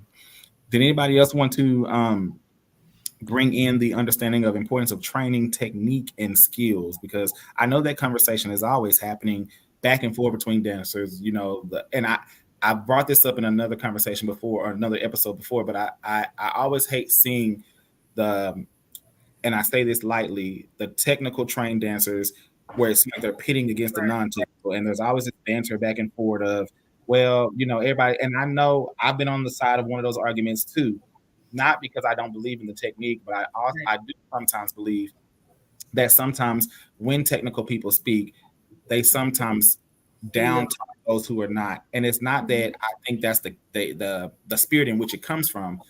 I just also want them to understand that there are great dancers who are not technically trained. Can we be better trained? Of course. And I'm not going to ever say that. I think everybody should be exposed to the skill sets and training, no matter whether it's dance, twirl, or flag. However, there are some that just have natural talent that can go out there and get it. And they may not have been afforded the right to train. Now, if they're of age, they can go and give themselves that training, and they should seek some additional training. But I always want to ask that question, especially when we have legends on, especially when we have Miss Iris, who we know is a technical queen out there, and she's really big on that. I want to make sure that we touch that topic, because we don't want people to think that it's always one versus the other and you have to choose. Why not choose both? But a lot of the college directors now are looking for that, and that is an expectation that they look at. Right. So most definitely, if you can get trained in that area, I would say yes, because you would stand at the front of the line a lot quicker. But you have some that have it naturally, and they have that look. And a lot of directors, they look for the technique, but they also look for other things as well. But I think that technique would put you out front a lot quicker than anything else. It's very important. Very important. Honestly, I think my advice to I'm sorry. My advice to the doctors and people who are trying to or deciding to become a dance teacher or educator or coach or whatever profession they want to or call it. The reason why I'm so adamant about technique, it is about a kid being able to, one, go wherever they want to go when it's time to dance, because we're not always pitted against ourselves, the African American community. We're also committed. We're in competing the against other the side where they are able to afford all the classes and stuff. So as a coach, you gotta want it for your kids. So it's okay to ownership and that you don't know technique, but go learn it. Or if you want to learn it, bring somebody else in. Give the kids the opportunity that they could possibly have to go in any direction that they want to go. And that is my issue. Because you find coaches who, it's not technique, it's about showmanship. Mm-hmm. Right now, it's about showmanship, but let that kid move somewhere else. It won't be about showmanship. It won't be about how far. It won't be about, because that's one thing I loved about Grambling State University. It wasn't about skin tone, uniform you had on. The question is that girl dancing? Are you dancing? It's not just, showmanship is really important. Don't get me wrong. You can't have technique without showmanship. Some work hand in hand. But as a coach, we gotta make sure that we create an opportunity for our kids. So that technique, you know, you can pick up a routine like that. Have a technique, you gotta actually try to fix their body. A lot of directors are gonna do that the further they move up. Mm-hmm. So that's why I'm serious about that foundation. I would say, me being a science teacher, I think I can see it. One of the conversations, a big thing about the word, I think it's a wordplay thing. When people hear technique, they automatically thinking, jazz and ballet techniques, when technically technique is really just the science behind any kind of movement. And it's not limited to just those styles of dance. So like, even if you're doing, a hip hop movement, for safety of your back, or, the way that you bend, when you're doing floor work, is still a science to the movement and how to correctly do it to keep you safe, because you're twisting and you're turning. Do you know if these particular muscles rotate on that type of axis or not? And so I think that's pretty much where a lot of the confusion comes with when they say technique, if you're not trained in ballet and jazz, which are the basis for fundamental, movement. They are. That's where all of them originate from. But For example, in fact, Brandon, you actually put this on my mind a while back. We were having a conversation about technique. And so, for example, the Golden Girls, at Alcorn, they do a lot of bucking, and they've advanced a lot more with their technique. But at one point in time, if you can book, you can make that team, because that's what they were big on. And JSU too, even though they did do more technique than Alcorn was, but you made me realize that, just because it's booking doesn't mean that, they can't move on. And that might be their field of dance that they focus on.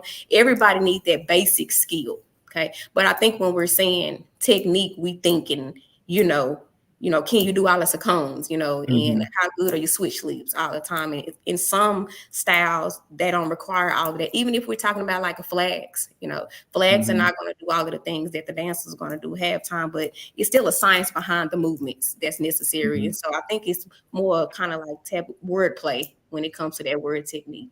I agree. Yeah. Oh, Clay, did you have something? What'd you say? I thought you had a comment. I thought I heard you try to say something. Oh, okay. I agree. And I think the audience was saying something pretty much very similar. It was Shadaria that said it.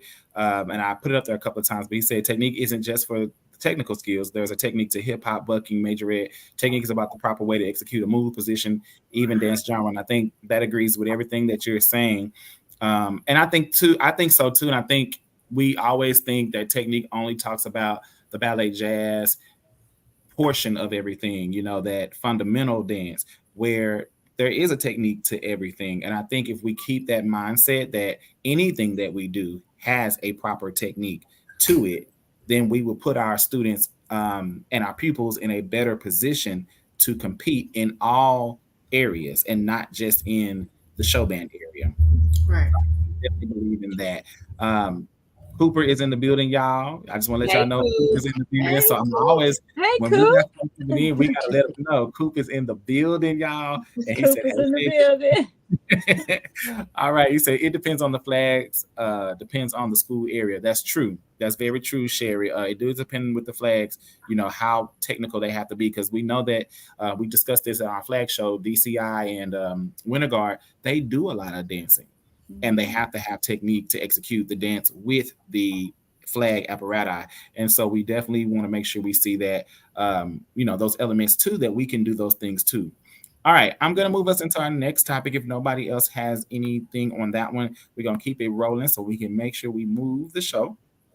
Our next topic is the importance and impact of auxiliary to marching band. There is no other people I would want to have this conversation with than the legendary people themselves. Because y'all know the impact and importance that an auxiliary plays to any band, marching band performance that there is. And I would love to hear from each one of you, if possible, just your opinion on how important auxiliary, and we're talking about all auxiliary, not just dance, and I know y'all know that, but to the audience, how important auxiliary plays in the score sheets, in the battle of the bands, in the evaluations, in the image, in the branding of a band, any of that you can shed light on, please hit those topics for me. And again, anybody want to go first? Miss Forte.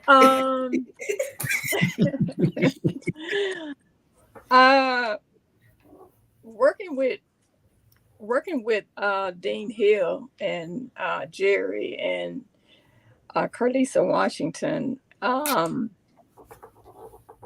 auxiliary brings the color. It brings the stage presence that blends in with that music to tell the story. And it's very important that the connection is blended and it flows to the point where the message is hitting the audience.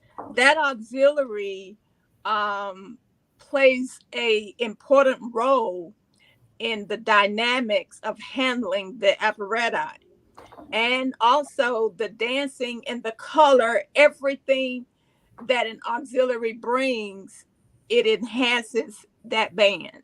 And both the band and the auxiliary have to emerge just like sister and brother. Mm-hmm. And it must flow in that paradigm. It must blend. Mm-hmm. So if you've got a band that does not have an auxiliary, then you can kind of see, but you can kind of just feel what would that look like. For instance, I know Gremlin way back in the day. Gremlin, I think it was all male. I think it was all male, and I think the Black Foxes were the first women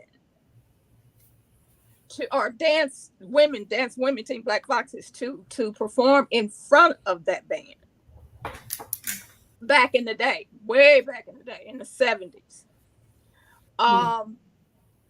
And it did something for the band, because the Grambling band director wanted that to say something, and I think it emerged into something, and it blended. So when we talk about the auxiliary with the band, that auxiliary plays a role in making sure that the story or the message of what we're trying to get over to our audience is blended and it's well communicated. And the auxiliary gives it its flavor. All right. Anybody else? Thank you, Ms. Say. Look, she says it's the sauce on top. Come on, sauce. Anybody else want to weigh in on that?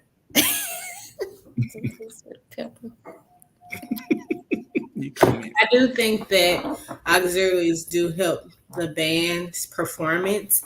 It's like the band is playing their music and the auxiliaries are singing with their bodies and instruments and batons. I feel like you said, it's telling a story. Everybody's singing the music. You know, it gives it that extra seasoning. And it could make or break a band, but it definitely gives a band its look. So I definitely agree. It's very important to have auxiliary. I think the auxiliary team, they bring the softer side of the band out. You know what I'm saying? Like, cause like Michigan State University used to be males, so it brought the softer, feminine side of the band to appeal to a variety of people. Because when you just have band music, yeah, you have band and you have music. You need something to go with that. When you hear music, you want to see some movement, you know, with that. So the dance just adds the icing to, you know? Yeah, I agree. It's the visual. I think we're all saying the same thing, but it's the visual component of what the music is doing on the field for me. And I think without that visual, sometimes the story is not fully told. And I think for our audience, it really helps to see the full story. For those who don't understand music, that don't understand, they don't know the song, they don't know nothing. When that visual comes to the field, it helps to. It works hand in hand. Because I know when this was back in the 70s, you know, back in the 70s, when we would come to the Cotton Bowl, my family would always hear on the radio or however it was advertised that the Black Foxes were going to do this, or the Black Foxes were and everybody would, my family would definitely listen to that. All the Foxes coming. Well, the band, we know the band is going to come, you know, tear up the whole thing, because that the band is the thing. You know, the band got the music going, and that's what's going to make it. But they said, well, all the Foxes, but when they say all the dancers coming, well, great. Now we got a whole show. So I'm going to pay my money because I'm fixing to see the whole band and the auxiliary come with it, and it's going to be good. And so it makes a difference. Makes a lot of difference. Yeah, auxiliaries definitely help the audience feel what is going on throughout the show. So I definitely agree with that. Yeah, and you have you I like and that Miss relationship Iris. Miss Iris group. Miss Iris would always have something different. And when that the show that you did with them girls and your shoes and on the ladder, girl, they did awesome. Straight awesome. And the horn, it was raining. And I'm thinking, and I'm saying, oh my God, I hope it comes through. But the horns, if they get wet or something, I don't know if they're able to blow as loud as they can. But that particular performance, them girls brought it through. I mean, and it was just raining. It was raining that day. But them girls got up there and they it wasn't no water out there. And I was like, Miss Iris, now she did that now. Now that's all right. But you need that auxiliary. Sometimes it just brings it through. That's true. It just does that. And right. And I think a lot of band directors really know that. I think they know that. Mr. Hill, I was at the top at the top of the hill in the theater. He come up there and Forte, what we gonna do about such. Here, let you do that. And when he put it in my hands, I gotta go create. Okay, but that's what make a great band. And even when I was in California, Clovis West was one of the greatest bands in the state of California, and that auxiliary had to be on point. Auxiliary is the meat. It's the meat in the center of the burger, and that band is on the outside all the way around. The bun is already there. That band is coming, and it's going to blow. But in that middle, you gotta have that auxiliary coming out on all four sides, coming out of the middle of that burger, and it's gonna entertain that audience and give the flavor that the audience want to see. The audience want to taste it. Hey, here it is. So auxiliary is important now. And Brandon, at Townview, it was hard to get all of that together sometime because the kids have to be at their internship, this and that. So it was pulling teeth to get it done. But still, auxiliary is very, very important. Miss Iris, I think you were trying to say something. I want to make sure you get the stage. And I want to say to the band directors, if there are band directors in tune, that's why the auxiliary relationship between band director, auxiliary director is so important because they work well together. The auxiliary saying, here, I want these 5 songs, and it doesn't match the team, right? Because the halftime show is supposed to story. So if they work hand in hand and they can actually do what it needs to do. And I'm not saying directors need to bow down to the auxiliary director, and auxiliary directors, I'm not saying you have to bow down to the, but auxiliaries need to know our places. And our place is to be behind the band director, not in front of him, not beside of him. He is the lead of that halftime show. We need to know our place. We need to ask what he wants, and then work our magic what he wants. And I'm probably getting on some people. What? Be behind, but he's over the end show. If the show goes, the band director is the first that they're gonna call. So we need to know that, and it doesn't take away anything from us as an auxiliary director. We're just saying we're professionals. We can work with anyone, right?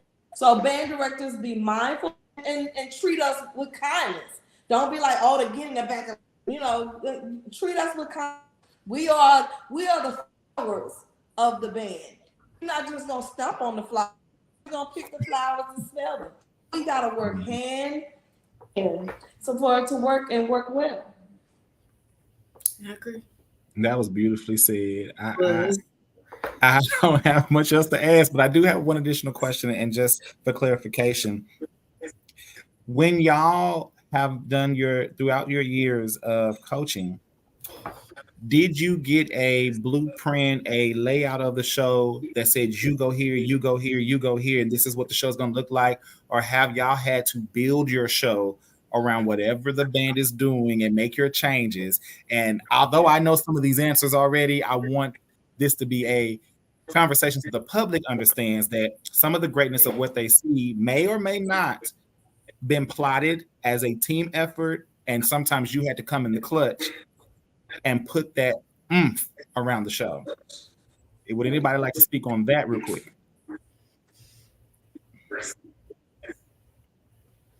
Go ahead, Kayla. Oh. Hold on, y'all. So I forgot to tell y'all, I had muted y'all. I tried to put it in the background chat, but I muted y'all because there was some background noise coming in. So if you're talking, we may not be able to hear you. So make sure you unmute yourself. I'm sorry. Oh, okay. I'm sorry. I think it's completely dependent on the actual director. I've experienced both. You know, there's been times that, you know, for the sake of time with the band members trying to get them musically sound, that, you know, it's, hey, whenever we fix what we fix, y'all find a way to fit in, you know, or we're going to give you the song. You know, we can't. They're not taking song requests right now. We're going to do what we're able to do with the instruments we have, and we just got to make it work, you know, and it just really depends on the director. Then I've been on a director where it's like, hey, we get together and collaborate. What you want to do? I know y'all going to bring it. So what kind of song do you want? What kind of tempo do you need? So it really depends on that. Like Miss Wyatt was speaking of the directors' relationships, which is in that mutual respect. And sometimes it's just not there, you know, and hopefully, you know, you get with somebody who understands your role and I understand yours. We cater to the blind and somebody else takes to the hard of hearing, you know, and let's make this work for both. So it just depends. Thank you. I've worked with 1, 2, 3, 4, 5 band directors, and I've had to learn each one. And so I had been groomed to just listen to them, take their charts, go out, do what's on the chart. If they wanted something different, because Mr. Hill kind of wanted some things different. So I had, you know, if I had to go and build the flats and get some paint on the pretty brown eyes and get the skirts changed and get some more color on it, then that's what I had to do. And I did that.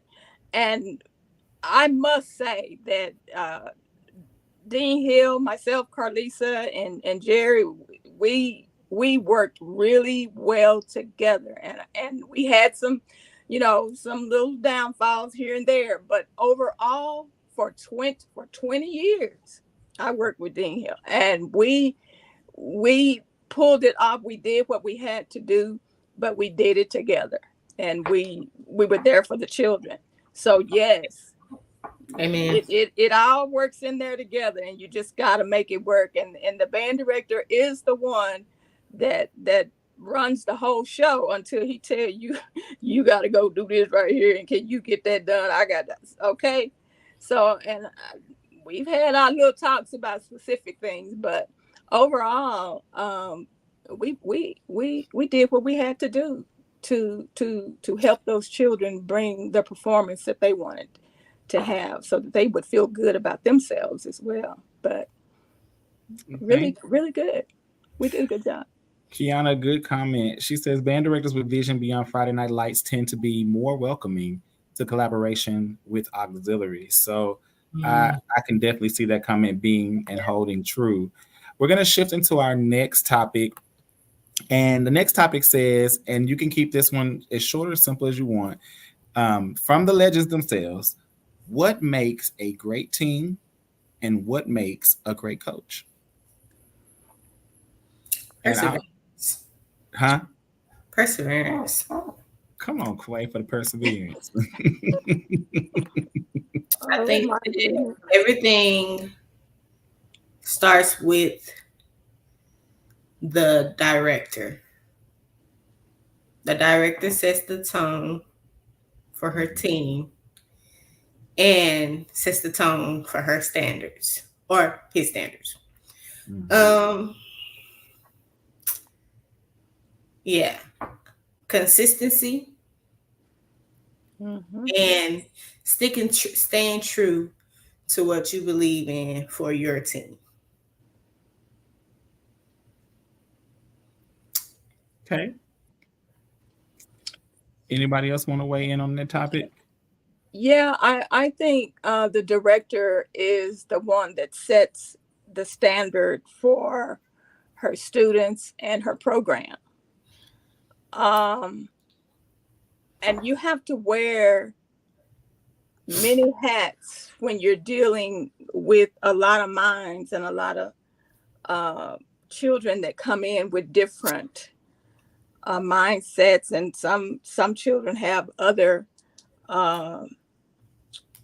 things that they're going through that you have to deal with too. So a good director has to be a team builder. She has to communicate her expectations. She has to be dedicated to all of what comes before her and make great decisions. She has to be patient. She has to be respectful. All of these things come in to her to make her a leader for her students or her children to follow.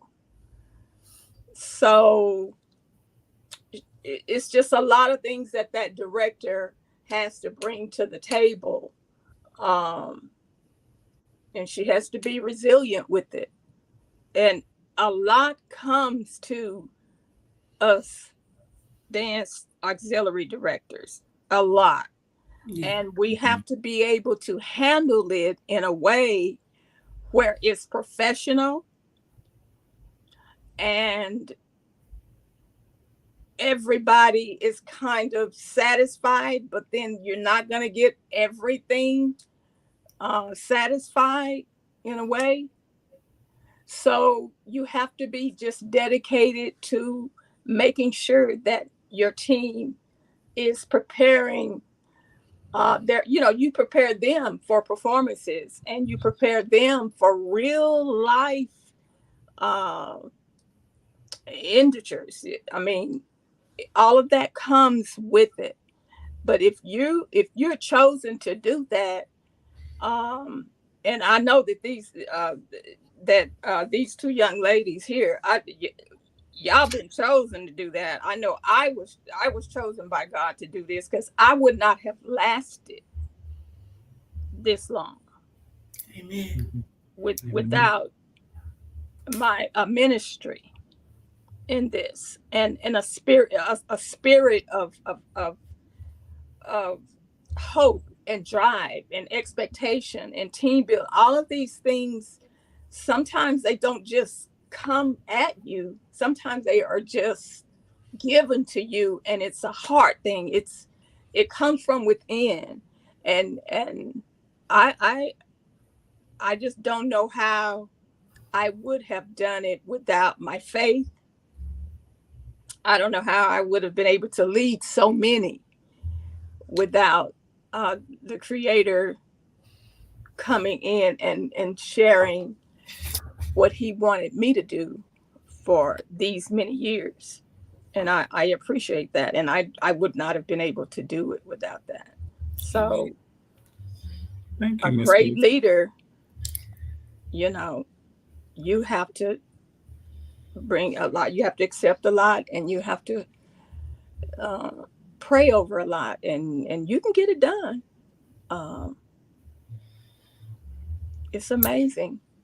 So, Thank you. yeah. We're gonna Thank you, Ms. Forte. I definitely agree with your opinion. I want to get Ms.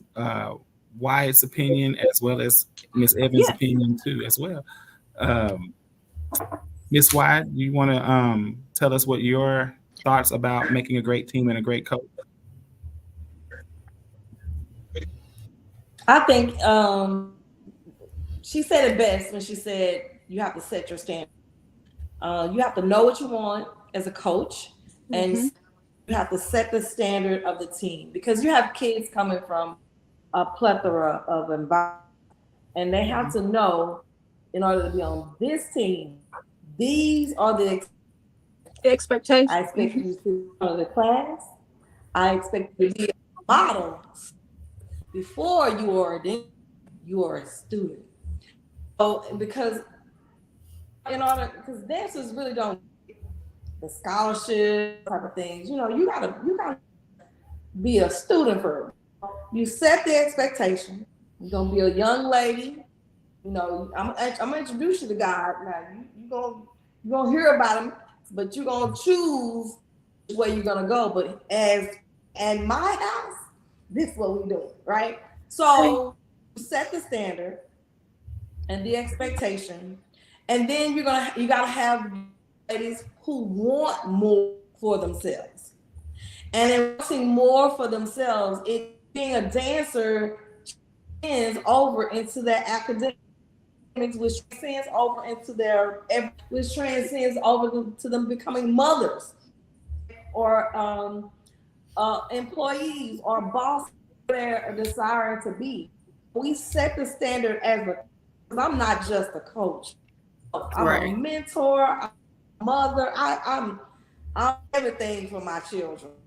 So I set the standard, and then I gotta have people that are hungry. And I'm not just talking about hungry to be a dancer. I'm talking about hungry for life. I want to be better in life. So that's what makes a great team, because you and I are both hungry for life. We're going to be working together. We're going to become great friends. And Kayla said it best when I'm a fox for life, right? She got that she's built that's transcended time. That's what happens with great teams. Girls who want to be uniform wearers, those are not people who stay. Girls who want to be better women, those are the ones that stay on my team, because my expectations are high. And you're gonna rise, and you're gonna get on this train, or you're gonna get out. Okay. Because I always say this train is New York. There are gonna be some stops. You might get off, but at the end of the day, this train is. Now, what you want? Go to New York, or you want to get out? And it's okay. And I know that this is not everybody. It is okay that you don't want to go to New York on this train. It's okay. You want to go fight over Johnny come Sunday. Okay, you go fight over Johnny come Sunday, but you can't be on this team fighting over Johnny come Sunday. So, I mean, it's just when you set the standard, this is what it is. And you're going to rise. And you're not only going to rise football field, you're going to life, because those girls who rose to the occasion to stay on this train going to New York, they're doctors, they're educators, they graduated top 10% of the class, scholarships, and went to school for free. Currently, right now, have graduating. One is number 3, and one is 4. One just a $200,000 free to go to TC, not because I set the standard. It's dance. This is about it's a great team. Me and them working together. Yes, ma'am. Work, Miss Iris. Okay, look, I'm telling y'all, these legends is dropping the gems, and that's why I'm making sure they all say something, whether they want to or not, because they dropping the gems. Okay, Miss Evans, we gonna unmute you, and look, we unmute yourself, and let's go ahead and give us your gems, baby, because I know y'all doing it. I mean, I agree with both of them and what they're saying. Setting the standard is really what it is. I believe you have to have a selfless vision for your team first. It starts with the coach, because they're going to succumb to whatever standard that you set and whatever foundation you put in place. And I feel like all of the glitz and the glamour, what uniform we gonna wear, how, what kind of cute movements and stands we're gonna do. I think all those are just the additives, but it's that foundation that you set, because it really does show up in the performance, whether you realize it or not. No matter how good your talent is, you might have a field full of people that's very talented, but if they're not in sync together, that's what the audience see. The majority of the audience don't know dance, so they just know what looks good and a good performance, and that, ooh, look at that, look what they did all together as one. And you can't really function as one unless y'all all going by the same standard and have to uphold that. And it's when you first start out as a coach, it's like God is giving you a seed, and you got to take whatever he gave you and you got to start sowing. And it's going to come with a whole lot of opposition. It's going to come with a bunch of opinions and attitudes, because everybody is on there for a different reason. It's some of them, I want to be this because my mama was this, and or my people got the money to pay up front, and I've had we experienced all kinds of parents, putting their kid on there for different reasons. Then it might be some who want to be on it and they don't even have the support that they need. And that's where you got to step in and put on that mama hat, that mentorship hat, and some of them don't know right from wrong. They just know whatever they've been taught in their culture, what they've seen. And so for me and my team, that's really been the gel for us, is giving them a strong foundation of what is the vision for this team, because it's bigger than dance. It's bigger than the glitz and the glamour in the Friday night lights. These are some values we're trying to instill in you that you can take for the rest of your life, and you're going to form some friendships. The day after you make the team, you don't even know that you just formed some friendships that you're going to have for life. Because y'all work. This is normally, if they're dancing in high school, if they're dancing in college, those are those years where you're becoming into yourself as an adult and setting the stage for the type of character and attitude you're going to have for the rest of your life. And that's why it's so easy to form those bonds. You spend a lot of time every day. You're at practice with them. So I feel like the coach has to set that standard first. And they're going to follow. Some things you're just not going to be able to allow. And it's going to be hard, because you got everybody in your ear with their reasonings, but you're going to have to put your foot down. You're going to have to put your big girl drawers on, or underwear if you're a man, and you're going to have to just stand firm on what you believe in, that is going to be best for them. And if that means, sweetheart, this ain't for you right now, you're real talented, I love you, I want you here. I told my new team the other day, I want all of you. That's why you are here. But don't think that you are needed and that you're going to come break the integrity of the program, especially in the era that we living in now of this entitlement. I'm entitled because I got this and I can do that. So I'm going to take you back to the why we here in the first place. And then you're going to understand that if you don't rise up to these standards, I can't do nothing with you. I wish you the best. Well said. Well said. All right. We're gonna move into our next topic. I know we're getting to the last few minutes. Oh, hold on. I think Ms. Forte said something. Yeah, I wanted to just drop this for a minute. I understand exactly what you're saying, because I've had that. When you set your expectations as a coach and you've got your rules and everything set aside and everybody is following it, I've had the experience where everybody doing what they're supposed to do, but when somebody don't make it, I've had administration come in and my rules just they move them to the side. And I've experienced this before. I've experienced it, and they just put them on the line. Make you put them on the line. I've had that experience before.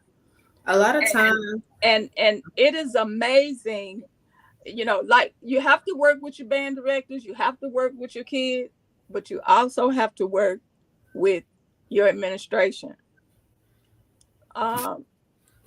Because those kinds of things can break a coach, even though it didn't break me. But I just think it's very important that you have a relationship with your administration so that everything can flow the way it's supposed to. As far as the expectations of what the director and the coach wants done as a leader of that group. Yeah. A lot of times the women on the teams don't understand that this is not only for the team to be ran right, but also to train you for life in the future when you move on.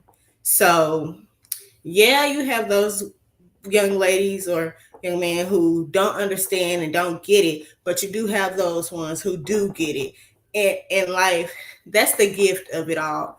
Like you get to see you reaching out to someone who, you know, took in everything that you implemented in them and understood everything that you were trying to do and training them to be for the future. You get to see them go on in life and grow. And all in the end, I love to see that. Yeah, we have those times where we don't get to everyone, and that's okay. Later on in life, they start to understand. But, you know, the gift is seeing the growth in the students always. So, yeah.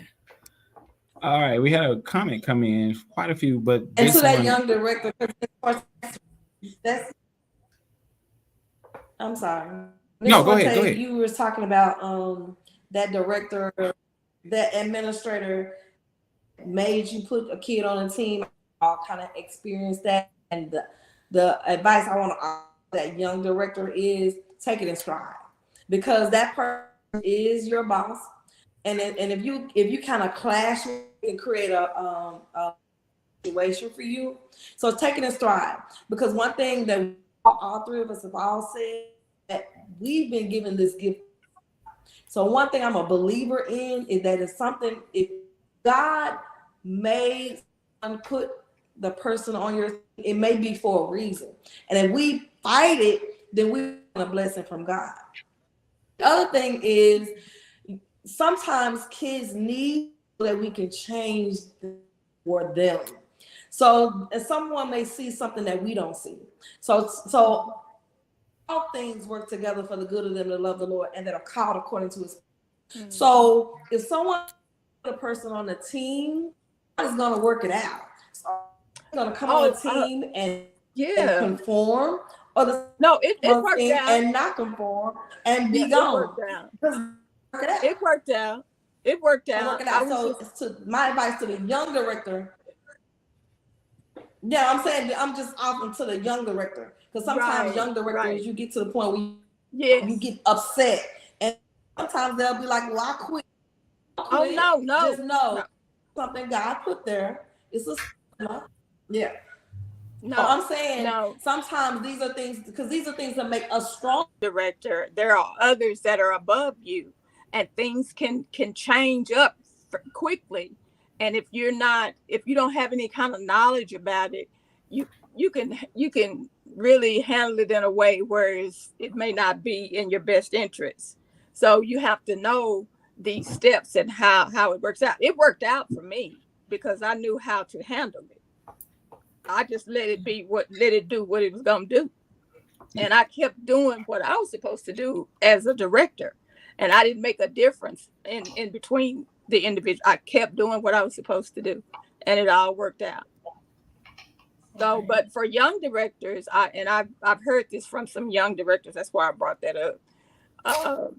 You have to just know that it's just not you and the band director. There are others that are above them, and so when that type thing comes and it's in your face, you just have to know that it exists and don't let it stifle you.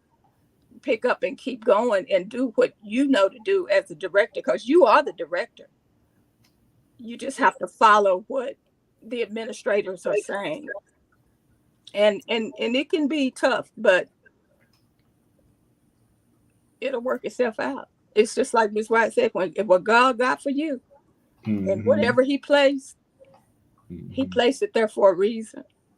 And Ms. White, I actually just learned that very lesson that you were saying about 2 years ago, and I used to be so baffled as why is this happening? My intentions are good, and people are turning things, feeling entitled and trying to tell me that you're going to do this, even though these people haven't, with proof and documentation, met the standards that they needed to meet. And I had to examine myself, and God had to pull me back into remembrance of why he had me doing what I was doing. And he was like, it's going to all work itself out in the end, and they end up doing it. It actually became a blessing. It wasn't necessarily somebody being inserted into the team, but it was me having to, even though someone was being rude to me, I still had to work with them, and sometimes you're just like, well, I don't even want to just have to deal with it at all. I need to be best to do that. But working with them, I saw his purpose in that, later on. And now me and that girl, really, I had two situations are really, really close to this day, and they wanted something from me at the time, and they didn't know how to just go about obtaining it, what they wanted from me, and they wanted me to feel a certain way about them. And so I learned that. And so what you're saying is right on point, because God has his purpose in it, and it's not going to always feel comfortable. He got to shake up your comfort zone just to get you to see that it's a bigger purpose behind what he's doing. Y'all about to take us to church. Let me move this conversation before I get the shouting up in here. All right, y'all. This is our final topic of. Oh, hold on. I think Miss Forte talking. Hold on. Okay, go ahead, Miss Forte. I said we've been to church. Yeah. All right. Miss Iris done took us to church. Miss No, Iris took us to church. But yeah, but all of that's good though. All of that's good, and I'm glad that you picked up on that, Miss Evans. I'm really glad, because don't let those kind of situations get you down. I ain't paying no attention. I was like, okay, y'all do what you want. Go on in there, girls. Y'all do what y'all got to do. Come on out here and let's get these exercises done. Let's do what we got to do. And I learned what to say, what not to say, when to say it, because it's all in my spirit. And hey, and it worked out. It all worked out. And so that's very important. I'm telling y'all, I would not have lasted this long without. But some of the young directors have come to me with that. That's why I just mentioned that. But yeah. All right, real quick, these two comments, and then we're moving into our final topic of the night, and then we're gonna close out the show. So Achawachuka said, let me just say thank you for your sacrifice of time and personal life. As an adult looking back, y'all give up a lot of personal life to invest in making those high standards a reality. And the memory mass of practice is real, as proven by my 20-year reunion impromptu performance. Not to mention the off-the-field expectations. Y'all are truly giving life survival skills. Kiana Lynn added, every time I was faced with that type of situation, I referred to my handbook that the parents had to sign for, and I never responded with my own emotions, although I may have been in disagreement. I always try to meet the parent or band director or administrator in the middle. All right, our final topic of the night, and this one is kind of like a 2 to 3 part question, but speak to the part that speaks to you. Real quickly, we just wanted y'all to weigh in. I'm trying to stay true to the time frame I gave y'all, and we're just slightly over. I wanted to just weigh into the topic, the origin and evolution of HBCU dance as we know it, and that's our overarching title. When we talk about that, these are the things I'm specifically kind of want you to touch bases, but definitely go where you feel you need to go. The difference in evolution of styles, whatever your opinion may be there. What do we need to bring back? What do you think you would like to see something that we've lost in the way? And what do we need a little less of, in your opinion? And y'all come from different eras, different teams, so that may look different for you. But our overarching question is the origin and evolution of HBCU dance as we know it. It's our final topic of the night. I'm going to reverse this conversation tonight. So I'm going to go to Kayla first, and I'm going to end, and then Ms. White, and then I'm going to end with Ms. Forte on that topic. Kayla, would you like to weigh in on that? The evolution. When it comes to evolution, I think that dance is going in a really, really good direction. It's getting more notoriety than I've ever known it. I will say that during a time where the Bring It show came on with Miss Diana, regardless of whatever controversy exists around that, that really put the HBCU style of dance to me in the spotlight, and I know they did a lot of things that were pretty much dangerous or things like that, and they hadn't incorporated much technique at the beginning. I've seen them progress over time, but that and after that show, I noticed how the number of private dance teams around just Dallas, since I'm here, has grown exponentially, and I just love that because that gave the younger girls who needed training an opportunity to dance early. We didn't have dance class when I was in school. So when I went to soccer, there was no such thing. Now we have dance class. That's at the high school level. And now we're getting more middle schools and DISD that have it. And one day I really hope to see, elementary. And I know they have music class and theater a lot, but a lot of them don't have dance classes. So that when they do get to high school, they're on that competitive level. Even on the collegiate level, there are they're doing way much more than what I did when I was a Fox, and I'd just be so excited, which in the competition is high. So I love that part of dance. That is so exciting to me, and I in the future want to be a part of that evolution, giving more girls opportunities, and also in other arenas, that like acro or something like that. I want us to be able to just do a lot more. I want to see more of. We need to bring back more of just other auxiliary means with the twirlers for one. Features. I think that's something that can really it was a big deal. One of Sock's first twirlers was actually a guy. He was a featured twirler, and it was I see that now most of the twirlers that really got that type of deep training are at the predominantly white schools, and they twirling, and I would like to see something like that come back. Less of, I would say, it just breaks my heart to see the little bitty babies with the gap in the legs and stuff, and I just think we could see a little less of that. I've heard from a lot of dads that, they don't even feel comfortable coming to some of the competitions and performances. And I think it's just so much more you can teach them, instead of, starting off how to book. And a lot of times that's hard to reverse when the first kind of dance you've learned is that. And we get that a lot in high school. You got girls trying out and it's like, hey, yes, I got a history. I used to dance for Explosive, or I dance for whatever team. And I want them on a team. I see that you got the potential, but technically, you good at the bucking part, but the other parts you can't really do. And so now I got to start over. But you've been doing this, you've been on this private team since you was 5 or 6, we could have skipped all of that, and you could have been better prepared. Thank you, Kayla. We're going to go to Miss Wyatt for her expertise. Ooh, girl, you laid it on the line, didn't you?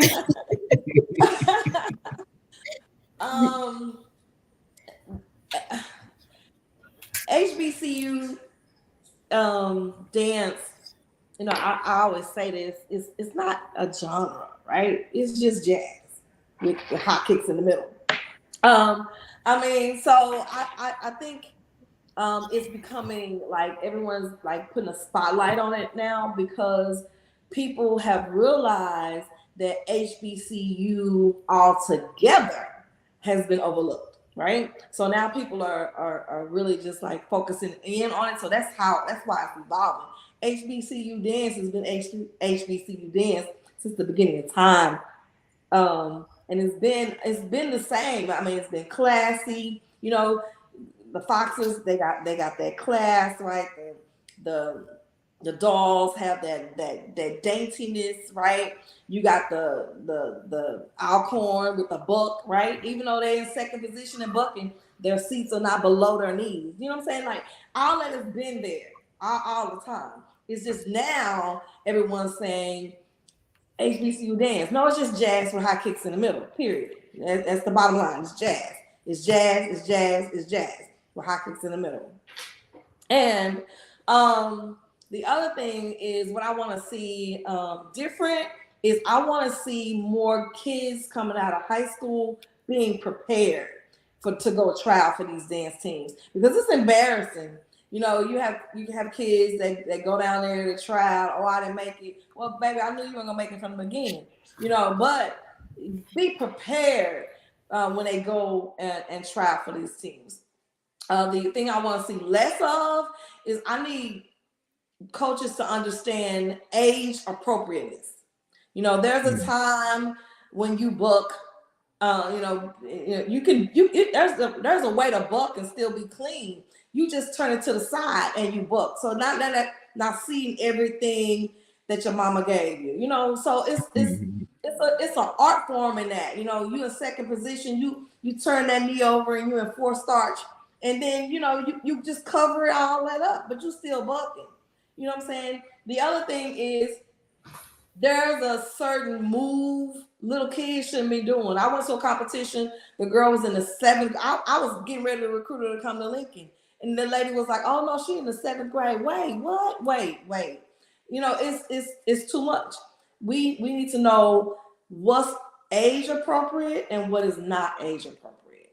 And that's even on the high school level. So there are things that I will allow Lincoln to do that I've seen somebody do and at the college level, but I won't allow them to do it because it's too much for high school. So we need to know when to put certain moves on certain kids. So that's what I would like to see change. Thank you, Ms. Wyatt. And Dr. Forte Jones, would you like to give your opinion on that?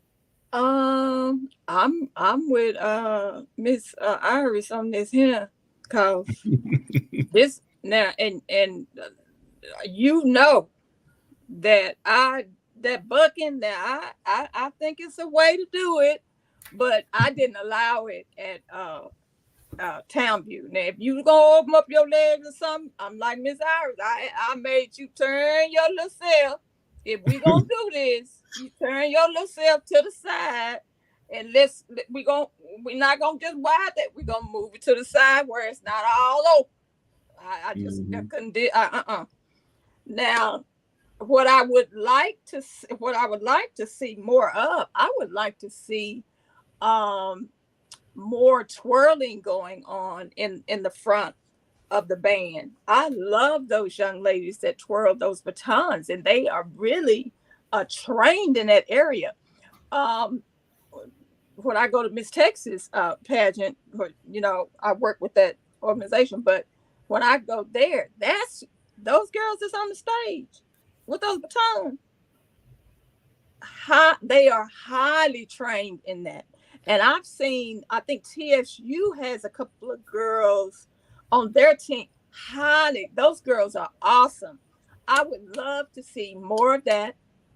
I would like to see more of different types of costumes with the HBCUs, a little bit of that.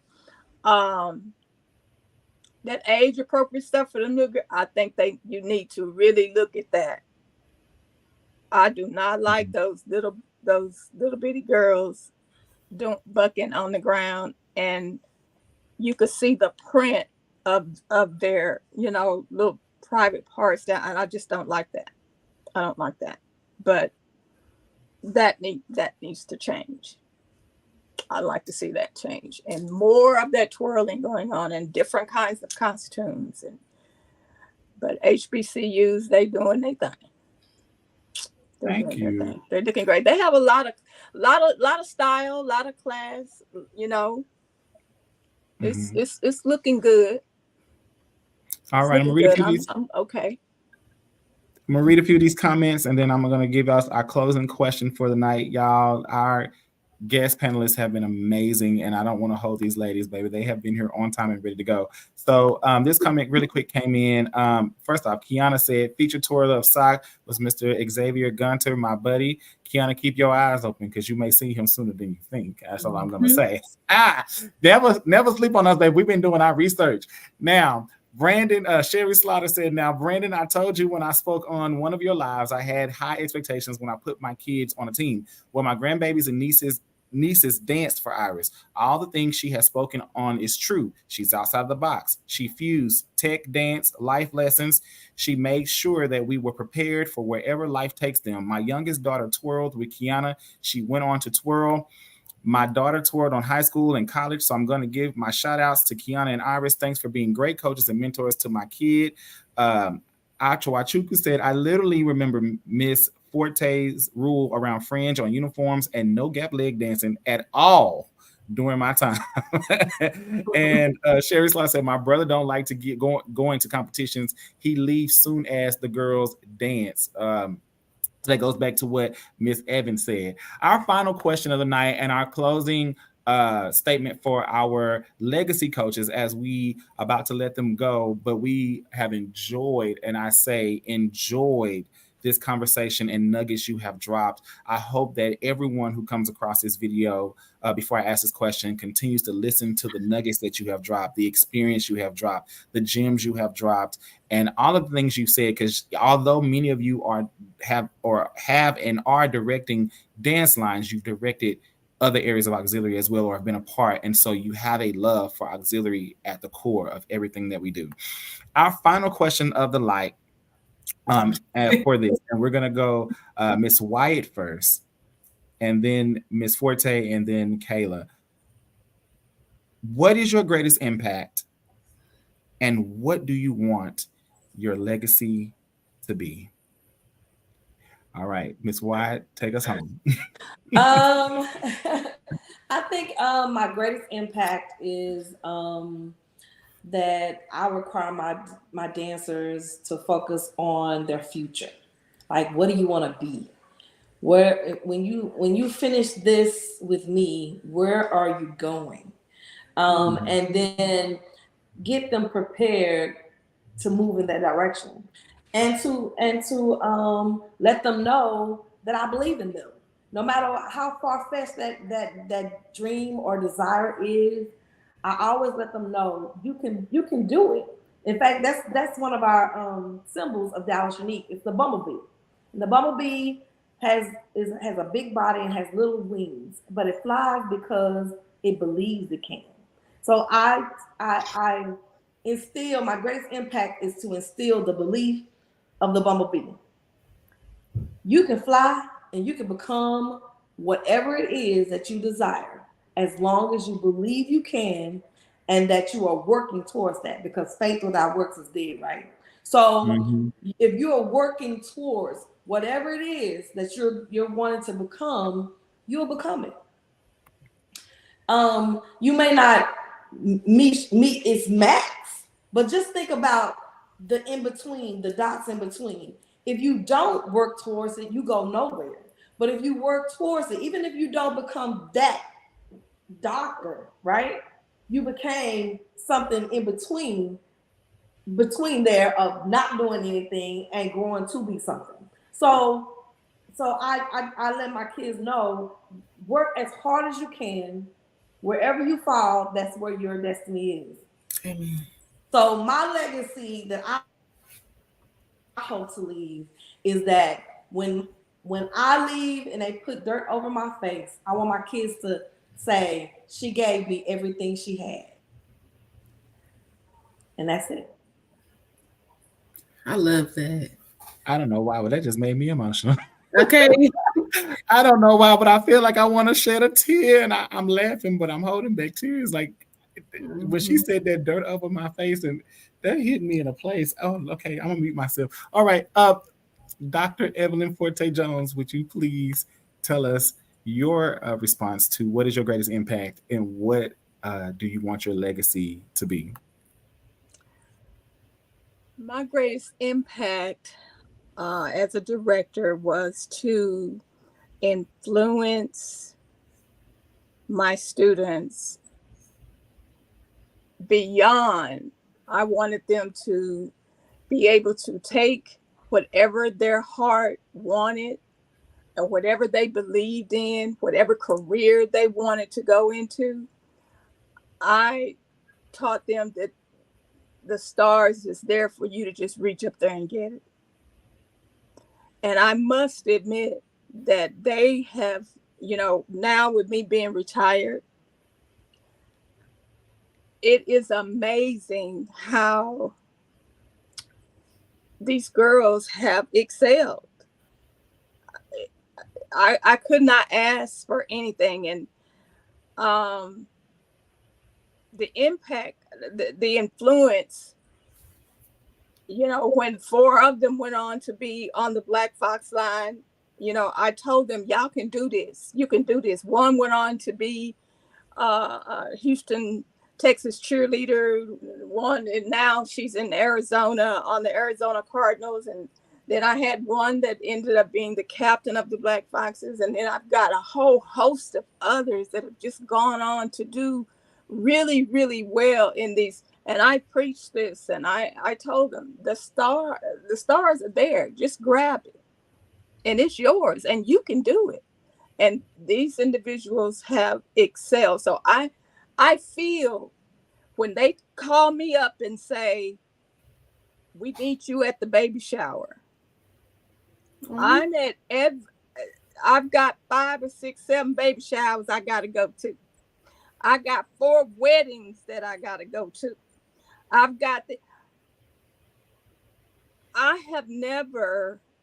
experiencing all of this now because of the impact. I also taught them that we are a family, and it has gone beyond the schoolhouse.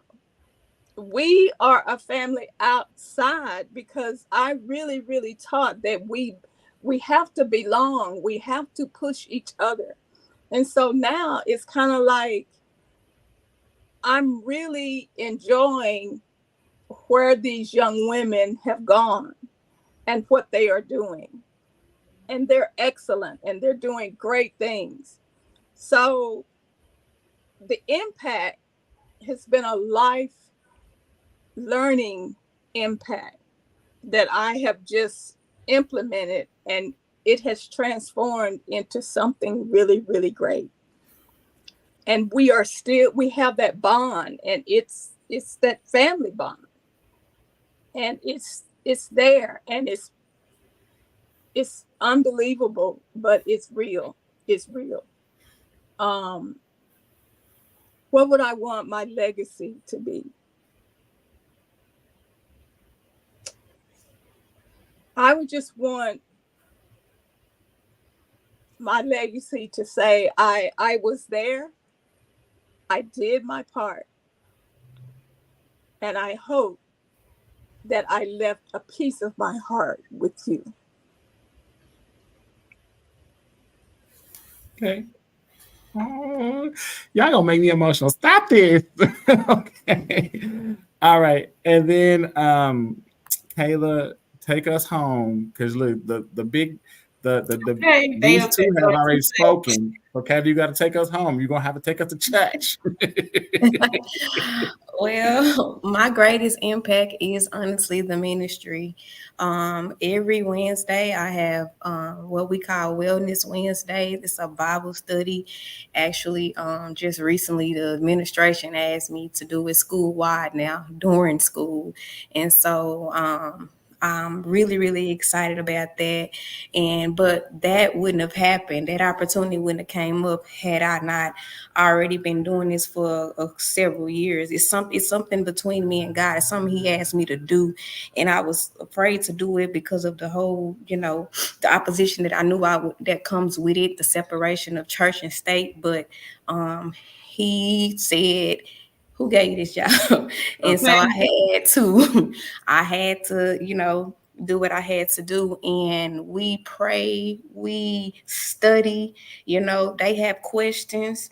And if I have an answer, they eyes are wide open, their ears is open. And if I don't, I go study and figure it out for them. And so I've been here a little long enough. Now this is my 10th year coaching, and so I've been here long enough to have college graduates and girls who come back to me and still hang with me now to this day. Text me any time of the night.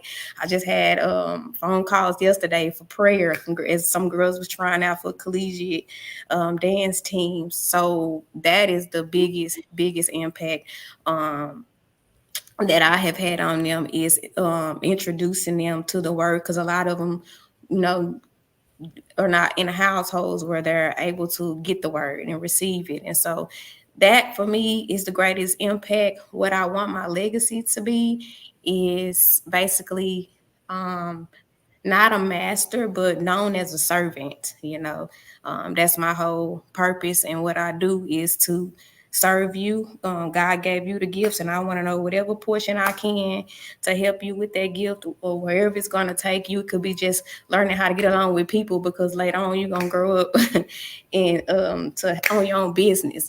Whatever it is, it might not even have anything to do with dance for me. So I just want to be a servant, and I want to be able to hear them words, good job, well done, my faithful servant. And that's my ultimate goal and my legacy that I want to leave behind. Amen. All of that was beautiful. Right. We have a quick comment. Kiana Lynn Corn and Flower said, I applaud all three panelists for promoting the value of character within dance. Shout out to Iris and Kayla, because they are still on the battlefield, literally and figuratively. And Miss Forte, I remember you as a young coach myself starting out, and I am still in awe. Thank you for your contributions, ladies.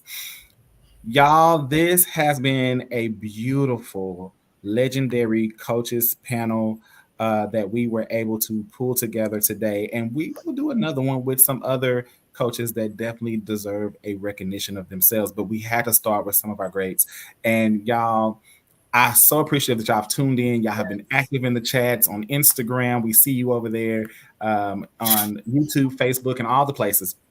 Thank y'all. The State of the Auxiliary is going to continue to bring you great content like this, that is going to continue to push everything we know about auxiliary and get those nuggets to continue to make everything we do here great. Y'all have seen these three ladies talk about God, their selflessness, their servitude, their heart, the passion that they have behind there, and even continuing to enrich themselves to be better for the ones that they're pouring into every night. And I think those nuggets there are so amazing, because sometimes we got to fill our cup, and I hope that you filled your cup up tonight with everything these three ladies poured out.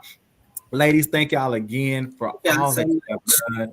Y'all give it up in the comments, give with the hearts, the likes, do all the things you need to do so you can do it. I'm gonna go ahead and pull the ladies down so they can get ready to go. I know some of them have work in the morning. I don't call them anymore.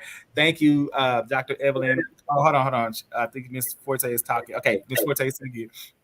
I was just glad to see these coaches. And I was good to see y'all. You too.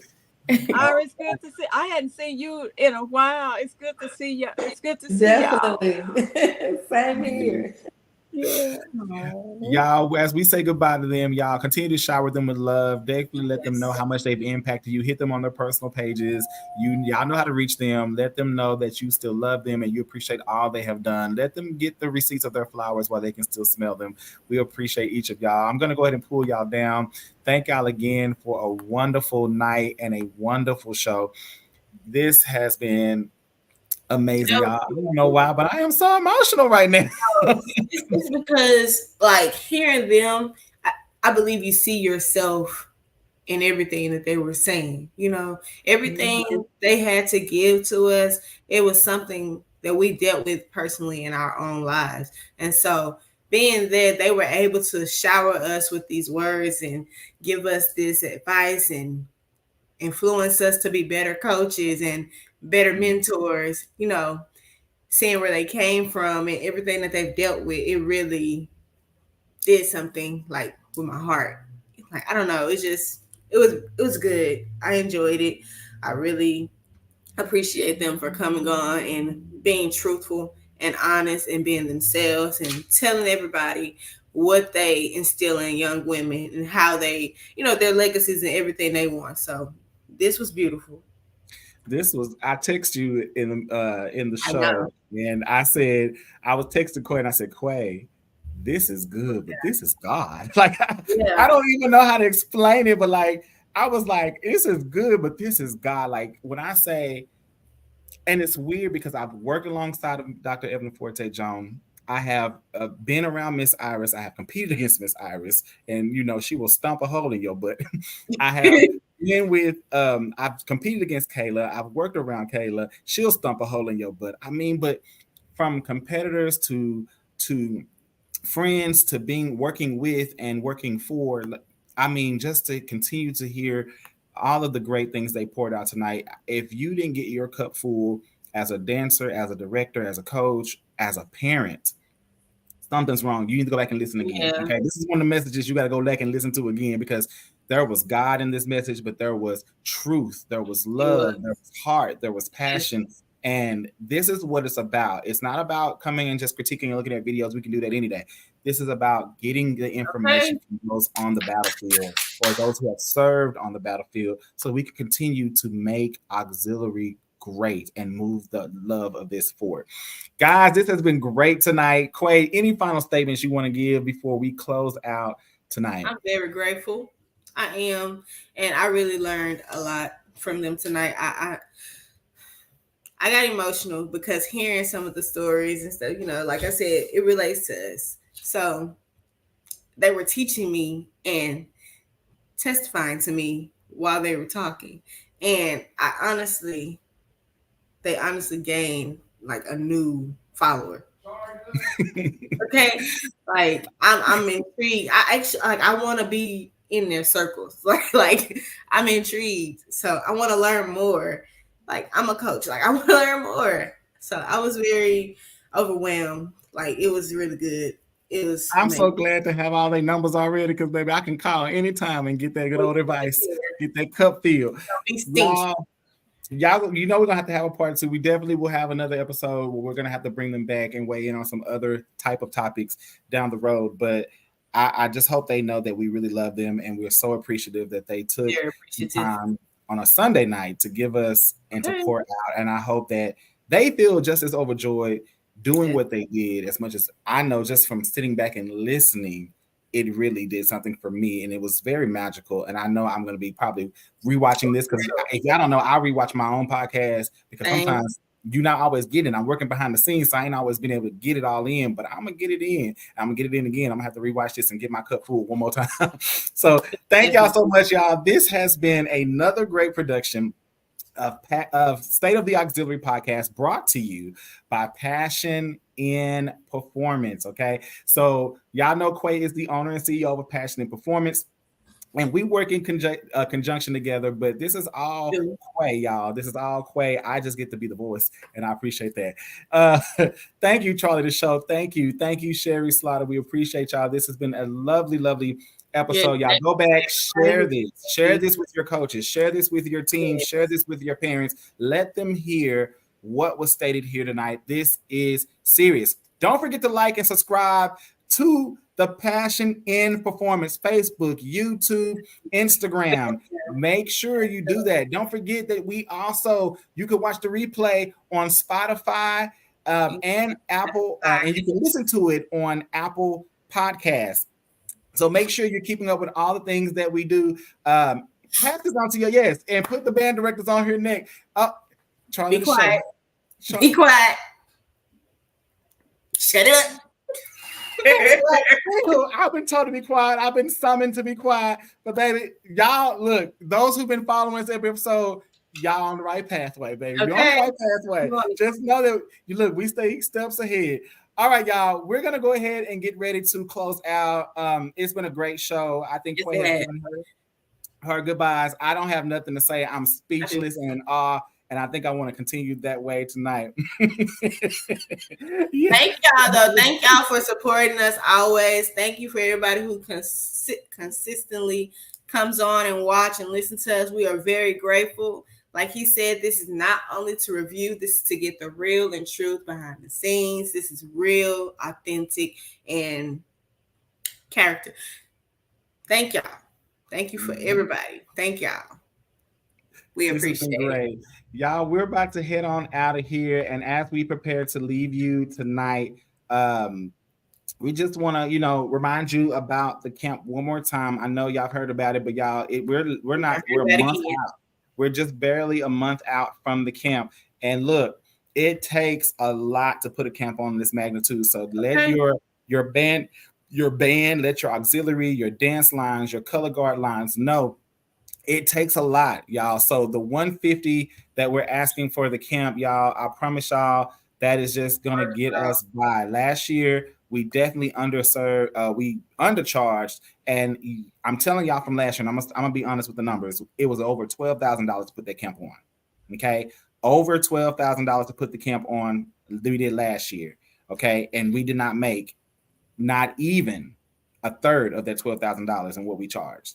Okay. So just understand that when we bring these things to you, we are bringing them to you wholeheartedly. Get the twirlers. I want to see twirlers in the house. Okay. I know they're not used to having these types of camps. Get them in the house. Let's talk to band directors, twirl lines, and get them in the house. Color guards, same thing. They're not used to getting these type of camps. Make sure we get them in the house. Make sure they know that we're here for them and that we're trying to continue to enrich them as well. Okay. And of course, the dancers, we know they're going to show up. So y'all, June 3rd is around the corner. Y'all pay for these tickets and these cruises and everything else. Get this camp paid for our public camp. Now, remind you, we are doing a private camp the week before. This is the public camp. June 3rd through the 7th is going to be housed at Cedar Valley Community College, a Dallas College campus. They have been nice enough to open their doors for us and to work with us. So please come out and show them what we're trying to do, because they have great things in store for us if we can show them how we rock out. So just know that, okay? It's a lot on the line. Get this word out, share the flyers, share the videos, share all the things. And we're going to leave you on that note. Quay, it's been a lovely pleasure being along your side tonight. I cannot explain how great this is. Thank you for always being right here in these crazy ideas that we throw out together. And give it up to our legends one more time. The legendary Iris Wesley Wyatt, the legendary Dr. Evelyn Forte Jones, and the legendary Kayla Evans, y'all. We're going to get out of here tonight, and we're going to leave you with Auxiliary Collegiate Way. Why not? You might as well. Bye, y'all. Bye. Hey, y'all. I'm Coach Quay. And I'm Coach Brandon. And we're inviting you to come join us at Auxiliary the Collegiate Way. You'll be getting trained by some of the best HBCU dancers in the SWAC. You'll be learning marches and struts, stance, and choreography. This is not your ordinary stand camp. You'll be learning some of the baddest field shows on the floor. And this camp is not just for the dancers, it's also for our twirlers and our color guard. That's right, we have collegiate instructors coming specifically to train our twirlers and our color guards on the level it takes to be a collegiate twirler and a collegiate color guard on the field and in the stands. Oh, and don't forget about the showcase. That's right, the showcase. On June 7th, we're inviting you out to come support the campers as we put on a showcase. Last year's showcase was amazing, so imagine what this year's showcase will be. The camp dates are June 3rd through 7th from 9 a.m. to 5 p.m. Camp registration per dancer is $150. However, if you are a team and you're going to be bringing 10 or more dancers, we have a special payment link for you. Hit us personally on the Passion in Performance contact. All right? Make sure you come out. Quay, let's get out of here. Hit him with the ocean beat. Oh, you ain't leaving me behind. I'm coming right after you, sis. I'm coming.